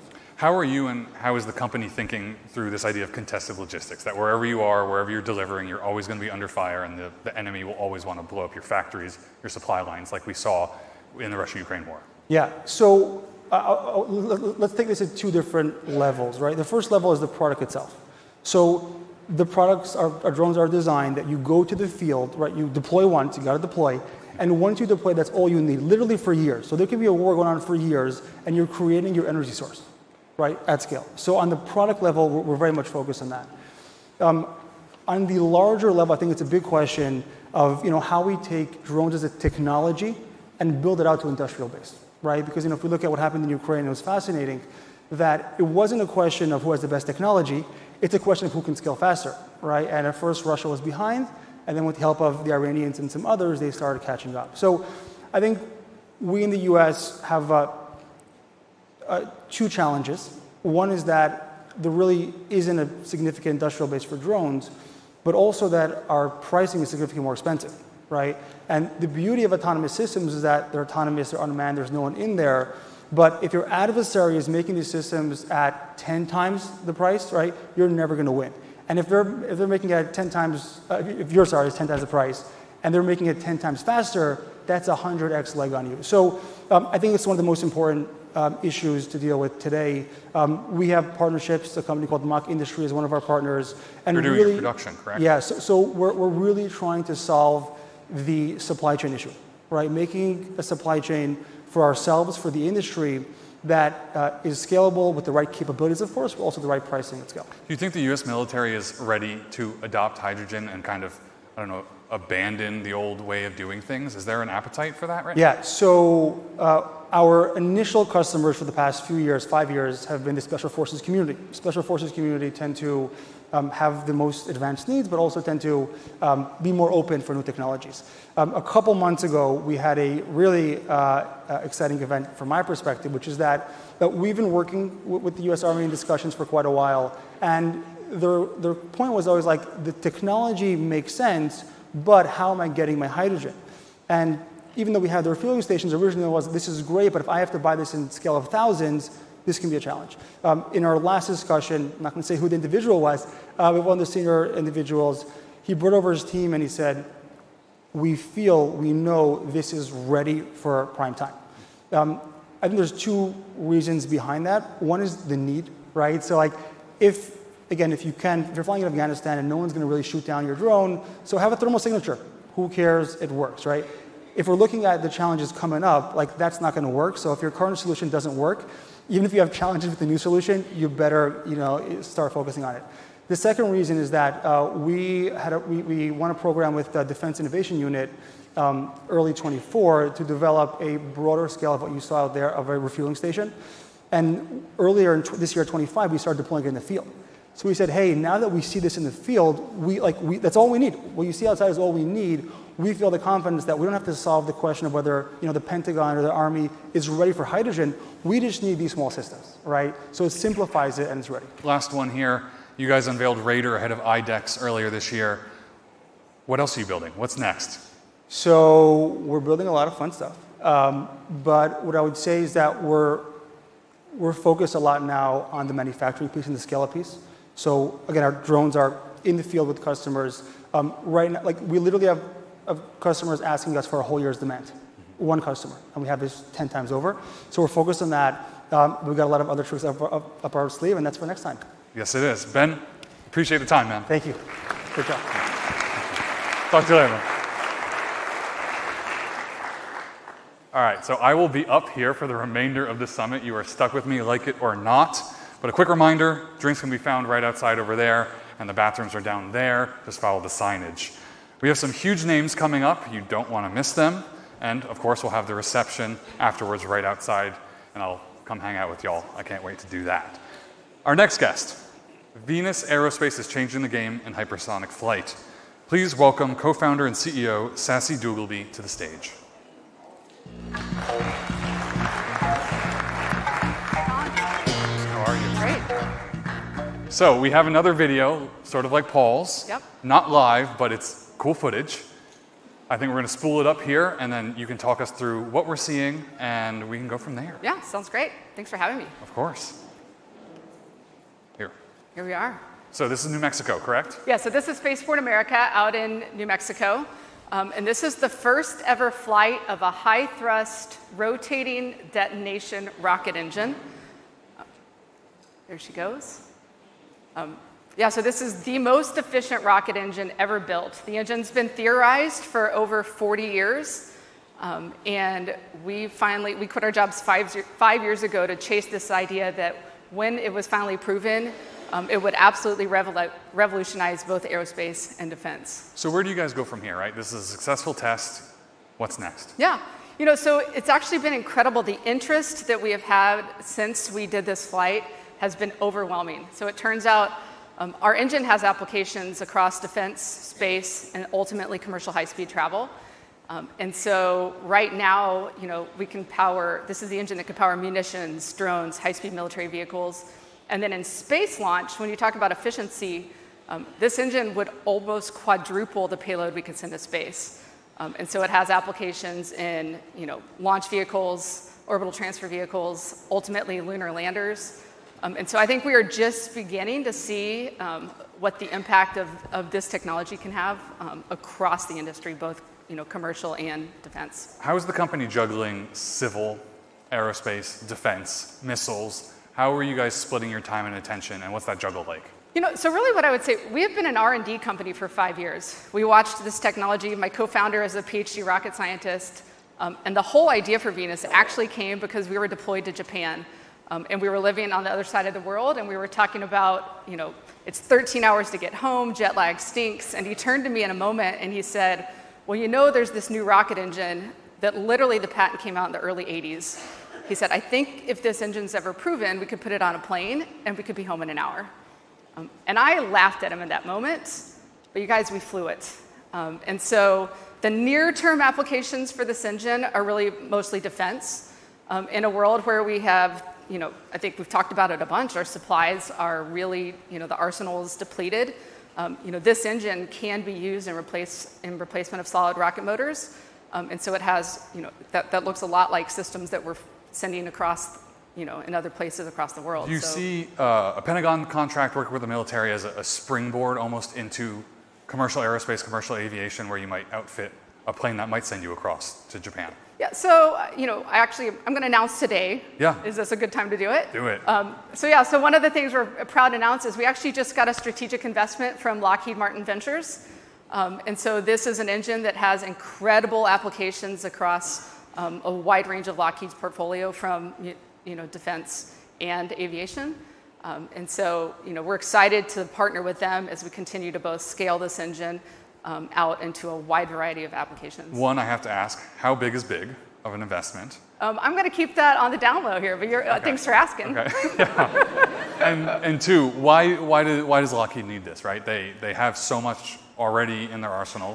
Why do they need your RDRE? Yeah, so again, this is a generational improvement in rocket engine technology. So the engines that Apollo used 50 years ago are almost identical to what we're using today. Where this engine, from a first principle standpoint, is just more efficient. And so that efficiency, why does it matter if an engine's more efficient? Well, at the end of the day, if you don't, you can do two things. You don't have to carry as much propellant, which means you can carry more payload, or you could carry more propellant and get longer ranges. And so it overall just improves the performance of a vehicle, whether it's a munition, whether it's a drone, or whether ultimately, it's a high-speed aircraft. On the Pentagon side, who is talking to you guys? Who has this attention after seeing this? We're seeing incredible traction both on space and defense, but it's still early. Again, this was 4 months ago. And I think a lot of literally we had people have said, this engine has been 10 years away for 10 years, for decades. And so now that it's finally proven, I got a LinkedIn message from a random munition supplier a couple days ago that said, hey, can we talk? We're interested in your engines. That is the most defense tech LinkedIn thing. Isn't that funny? Yeah. And so we're just seeing incredible applications for this technology. So I wrote earlier this month about an Atlantic Council report that talked about hypersonics and the us versus China versus Russia, and it warned that the U.S. was trailing in the hypersonic weapons department. Do you agree with that? What's your take? And then how, I would assume, would Venus contribute to that race? Yeah, all of the data is saying we're behind. I can't say that I have any classified reports. I'm read in probably as well as you are. But again, this engine gives ourselves capabilities that we've never had in the past. And so this can help with a long-range hypersonic weapon. And we're starting some of those conversations for sure. And when we spoke back in April, we spoke about deep tech and making big bets and the need for that. And I'm going to read this off because it's a direct quote. You said, if the U.S. wants to win the next era of aerospace, we need to fund the hard problems very early. And at the time, we were talking about problems that are 20, 30, maybe 40 years out from success. Yeah. So when do you think that next era arrives? And then I have a follow-up. I think we've seen, Paul Kwan was on stage earlier talking about the defense tech investment and is it a bubble? But innovation happens in small companies. I can tell you, the speed at which we've gone from an idea to a fully working rocket engine, in less than 3 years of testing. And literally we had a failure on a test. We had an admiral visiting, and we're like, well, hold on, come back. We tested it again an hour later. Did he come back? He was still there. He couldn't believe that. He said that would have been a 3-month process in the Navy. We had done all of this analysis. And the joy of a startup is we can build a little, test a little, learn a lot, and do that on a speed at which you can't do in big, large organizations. And to those deep tech big bets, which is a bit of a tongue twister, what offices or pots of money are most useful to companies like yours? So you start off with things like SBIRs, but those check sizes don't matter. As we go to raise venture capital funding, the VCs want to understand that if they make a bet on a certain technology, that the government does care. And so things like, yes, you've got to start with small phase 1, phase 2 SBRs, but things like StratFIs or phase 3 programs, and then obviously OTAs.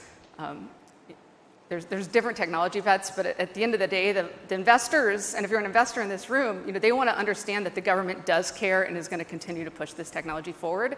And critical technologies like this are super important for the United States to maintain our momentum as we go forward. That's the last word, Sassy. Awesome. Thanks for joining us tonight. You're welcome. Thank you. So we have 2 more A-list conversations left in the program. Again, thanks for hanging out with us tonight. Our next guest leads one of America's most strategic defense companies. Please welcome Kathy Warden, Chair, President, and CEO of Northrop Grumman.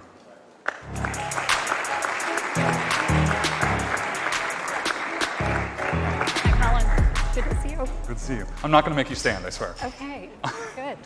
Thanks for being here. Thank you. Maybe you caught my discussion with Senator Fisher earlier. I did. I think we're going to talk, I think there'll be some overlap with this. I'm certain. But I first wanted to start with, Northrop is the 4th largest defense contractor in the world by defense revenue, and you are sitting at the very top. How has the role of defense CEO evolved, and what is the vibe right now in the chair?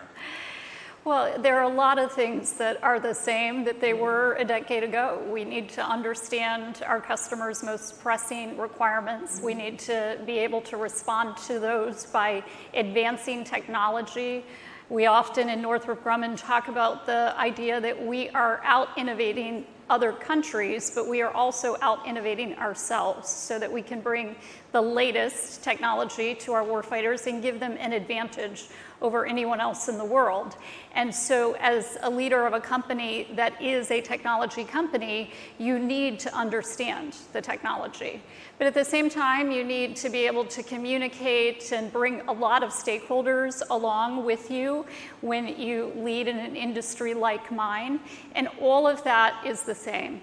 What has changed is the cycles at which technology is advancing, the pace at which we as a nation need to move to stay competitive in this environment, and therefore what we need to do inside of a large company to be just as innovative as a small company, because I believe that in a large company you have vast resource, and if you can bring that to bear with innovative minds, you actually can at scale make a real impact, and that's what we seek to do every day. Let's talk about that. So at the Paris Air Show, Northrop unveiled Beacon, the autonomy initiative, where you guys are pairing with these smaller defense tech autonomy companies. How are you thinking through this new kind of era of big versus small, small versus big? We're teaming. Is it a versus? And how do you plan to proceed? I don't think of it as one versus the other. I think in this environment, we need all players on the field. And big and small companies should be working together, just as big companies have worked together, small companies have worked together. Size doesn't matter. It's about bringing teams that have different lenses on a particular solution together so that that diversity of thought can be brought to bear. It's picking the best of what's out there, which we tend to do based on what the problem set is. And that has nothing to do with the size of the company, how long it's been in business. It's all about the quality of the ideas, the innovation, and bringing that to the problem at the right time. And so that's something that is in the DNA of a company like ours. We are a big company today, but when you think about how our company got started, it was a collection of entrepreneurs from Jack Northrop and Leroy Grumman way back to people who have been more recent innovators that have led and built companies as founders, and then those companies have come to be part of Northrop Grumman. So that DNA still is rich within our company. Let's get into projects. Yeah. Golden Dome. Where do you see y'all slotting into Golden Dome? And then is 2028 a realistic timeline to achieve what the president wants? So I am pleased to see the administration putting such an emphasis and an urgency on protecting the homeland. There are many capabilities that exist today that can be brought to bear, and I believe that's what it will take for us to have solutions in place within the next several years, utilizing advancements that have already been made, some of which already fielded in forward deployed locations to support military bases, to provide the kinds of protections that we seek to have in this homeland. And so in many ways, I do think that there are realistic timelines that get us to real deployed capability by 2028. By 2028, will the majority of Golden Dome be what we have in hand right now, or will it be brand new things? I think it'll be a combination of the two, as it should. We're going to need to continue to innovate. In today's environment, any static architecture or plan is going to quickly become outdated. So we need to, as a nation, view this as a chess game. We make a move, there are counter moves, and we need to be able to think of technology advancement in that same way. And so as a result, as we sit here today, the quickest way to field capability is to use technology that is already through its development cycle and can be produced. But if we just rest on that, it won't take long for other nations to see those defenses and make their counter moves. So we are going to have to stay at the forefront of innovation. Is the military or the Pentagon talking to industry about what it wants? From the outside, it seems a little quiet. Down in Huntsville in August, there was the don't say Golden Dome rule, apparently, and I felt that. So what are you hearing from people like General Gutlein? Yeah.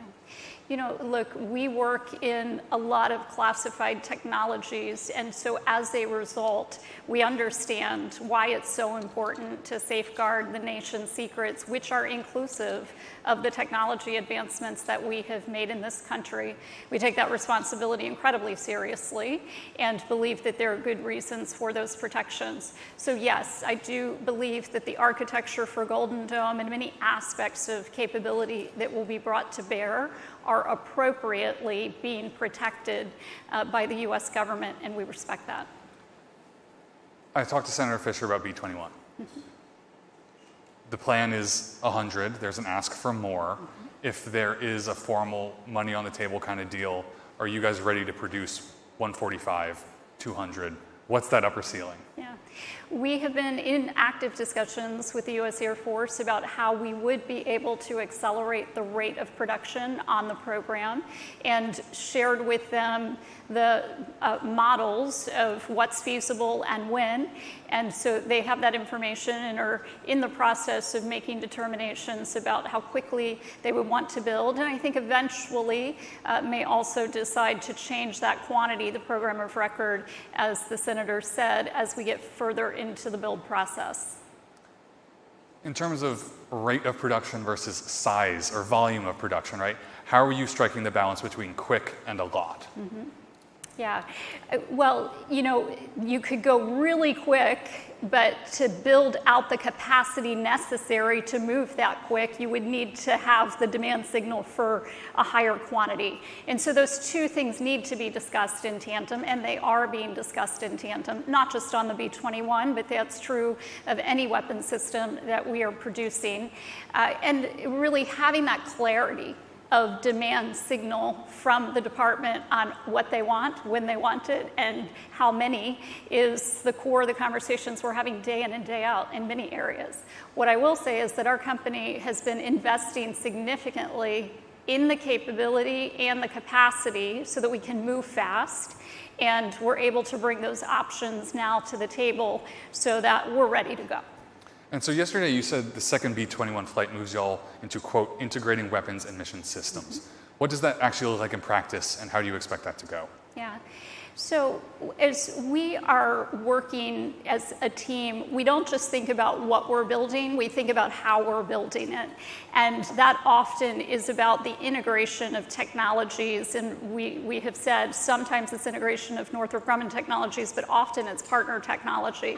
Things like we're doing with the Beacon autonomous test bed that allow us to have a platform that we have developed, but others can bring their capability into that platform and test it, demonstrate it, and show how it integrates with what we have built. And then we're delivering a system. And that's how the ecosystem can move quickly.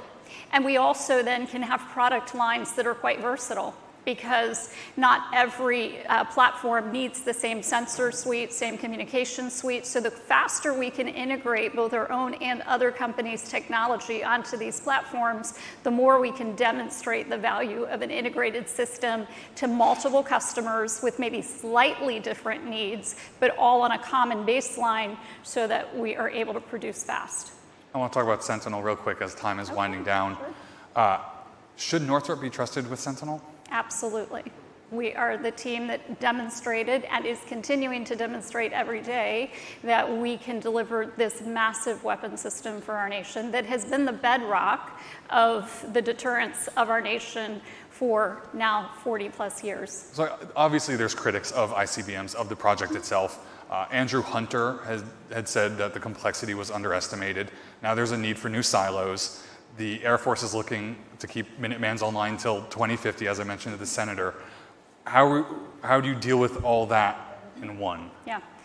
The large and complex is what our company does. And to break that complexity down into its component parts, to engineer our way through technical challenge, but more importantly, to project manage our way through the complexity of a system like Sentinel that isn't just a missile development, it is building out 450 silos and managing the massive MILCON work that goes into that project, as well as all of the support equipment that's needed. This is a massive undertaking, but we have the team now that we have put in place with both legacy expertise and new talent coming on board to get this work done, and we're demonstrating that to the Air Force. Last question here. How close are we to an FAXX announcement, and will it be you guys? I'd like you to tell me. Hey, we can talk backstage and we can figure this out. Perfect. Are you guys confident in your bid? We are confident in our team's ability to execute. Fantastic. Yes. Kathy? Thank you. Thank you. great to talk to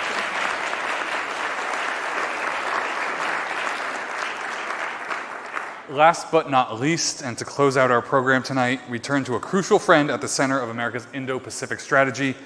Please welcome Taiwan Ambassador Alexander Yui.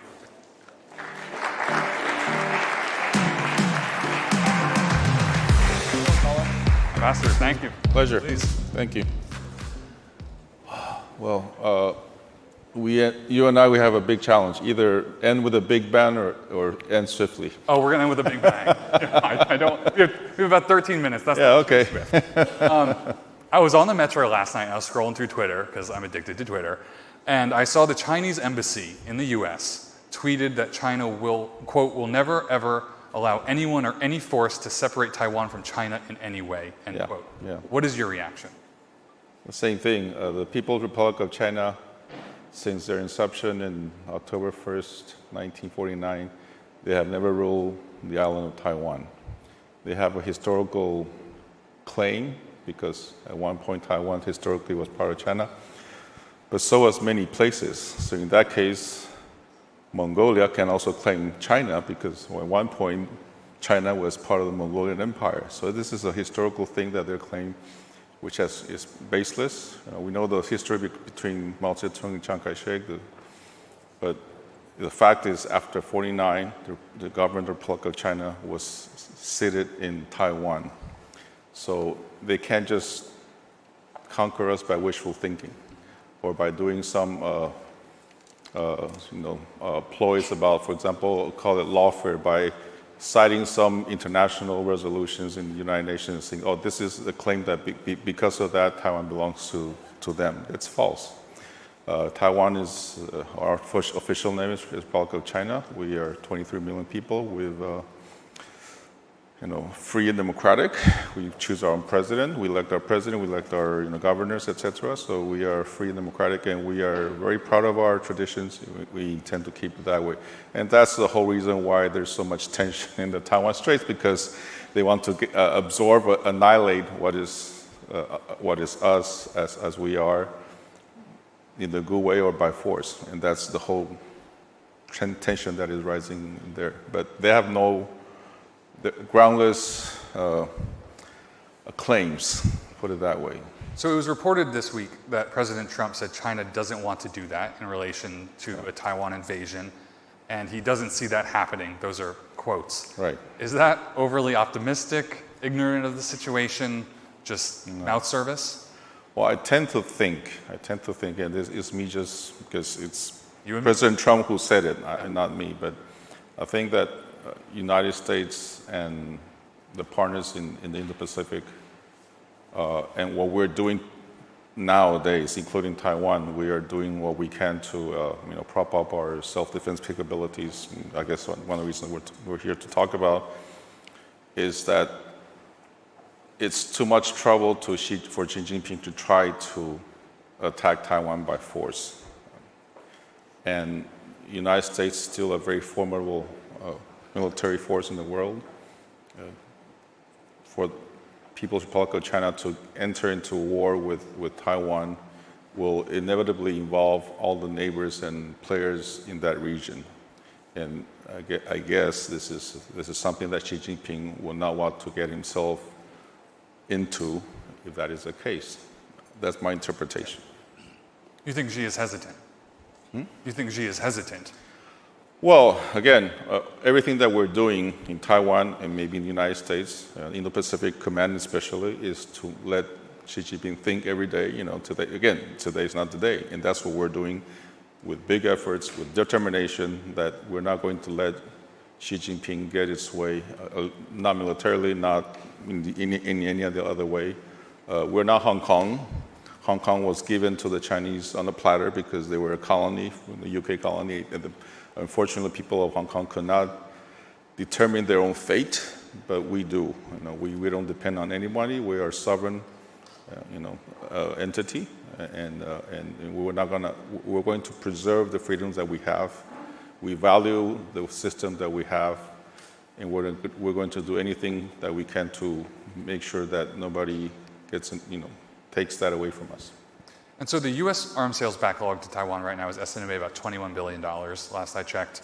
How concerned are you about that number, those delays, and what does it mean for your overall security? Well, actually, that number has, the delays has decreased considerably because there's a big, actually concerted effort from the U.S. government and from the manufacturers to try to speed up the process. It's still a little late in coming. For example, the F-16Vs that we purchased during President Trump's first term, the first plane rolled out in March. And the 66 that we bought is supposed to be delivered all by next year, which... Is that going to happen? Well, it's going to be a little challenging, let's put it that way. But they're doing what they can to try to speed up. Same with other weapon systems.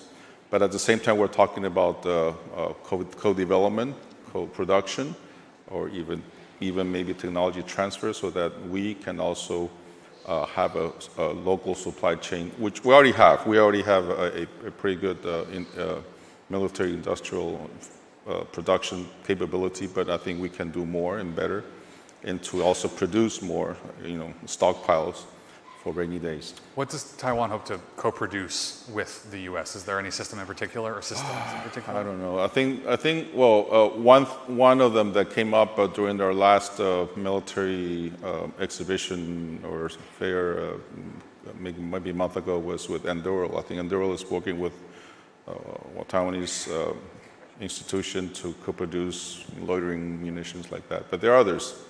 Yeah. How are you navigating the second Trump administration? Its power players, its idiosyncrasies, and then how does the dynamic compare to prior administrations? Well, it's quite different. Is this a place to say that? I'm not sure. That's up to you.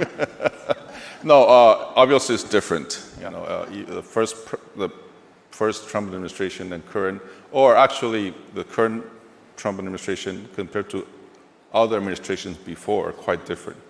And we respect that because every country has its own way of managing things.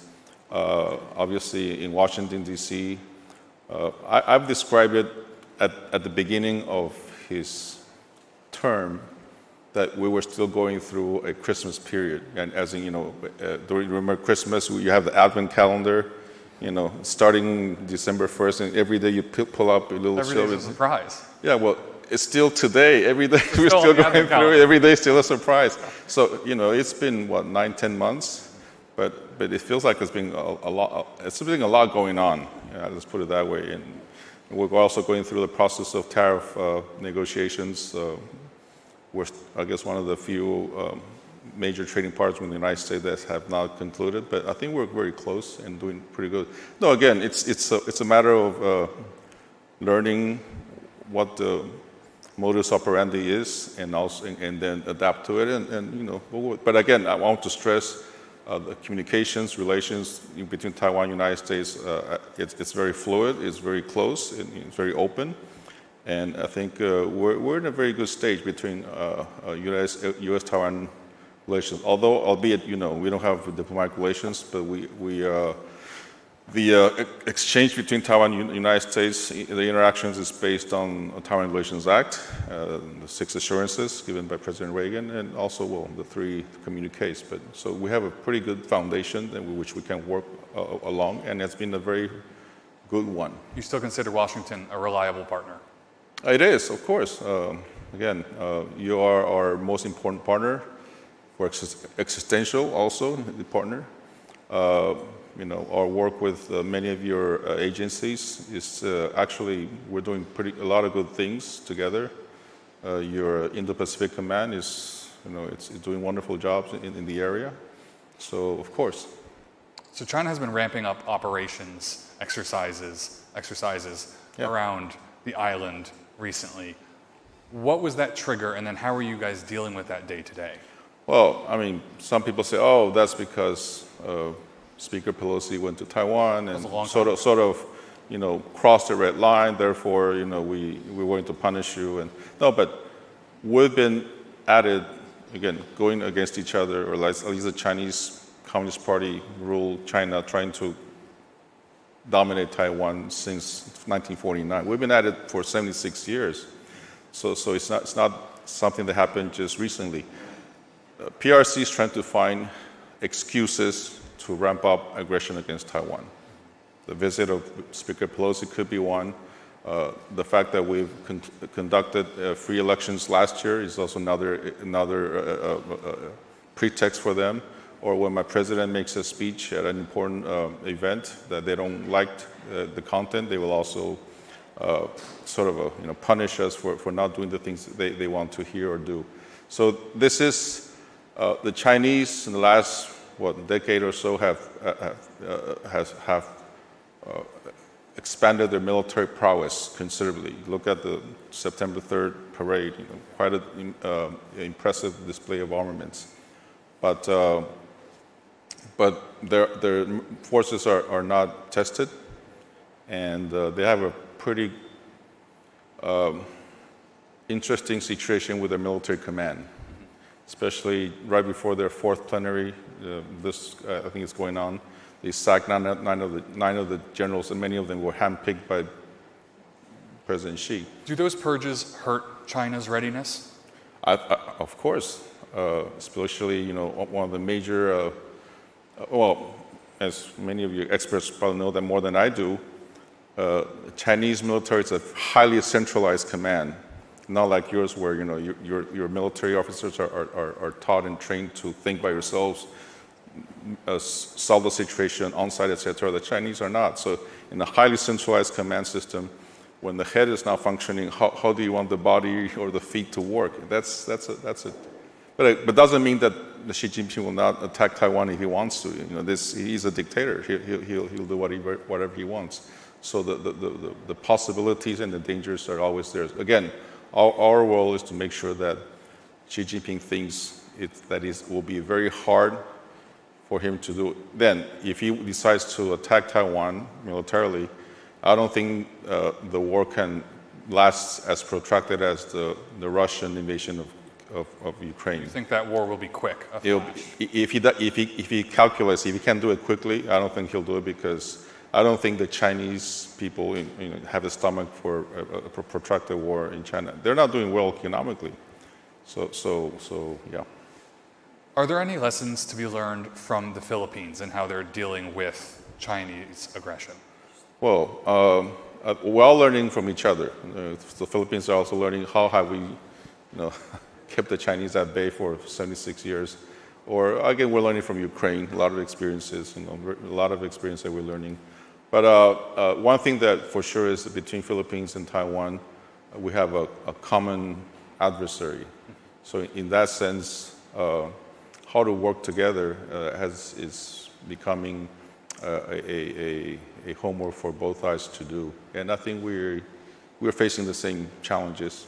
So again, the issue about China's aggression is not only, and that makes the case, it's not only about Taiwan, it's about China's ambitions to go beyond the first island chain, about supplanting the United States as a preeminent power in the world.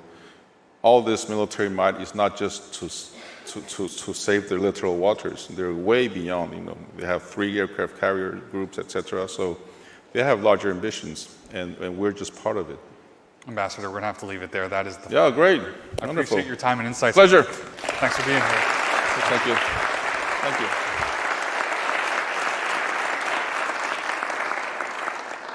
That's a wrap. Believe it or not, we're over. We're done here.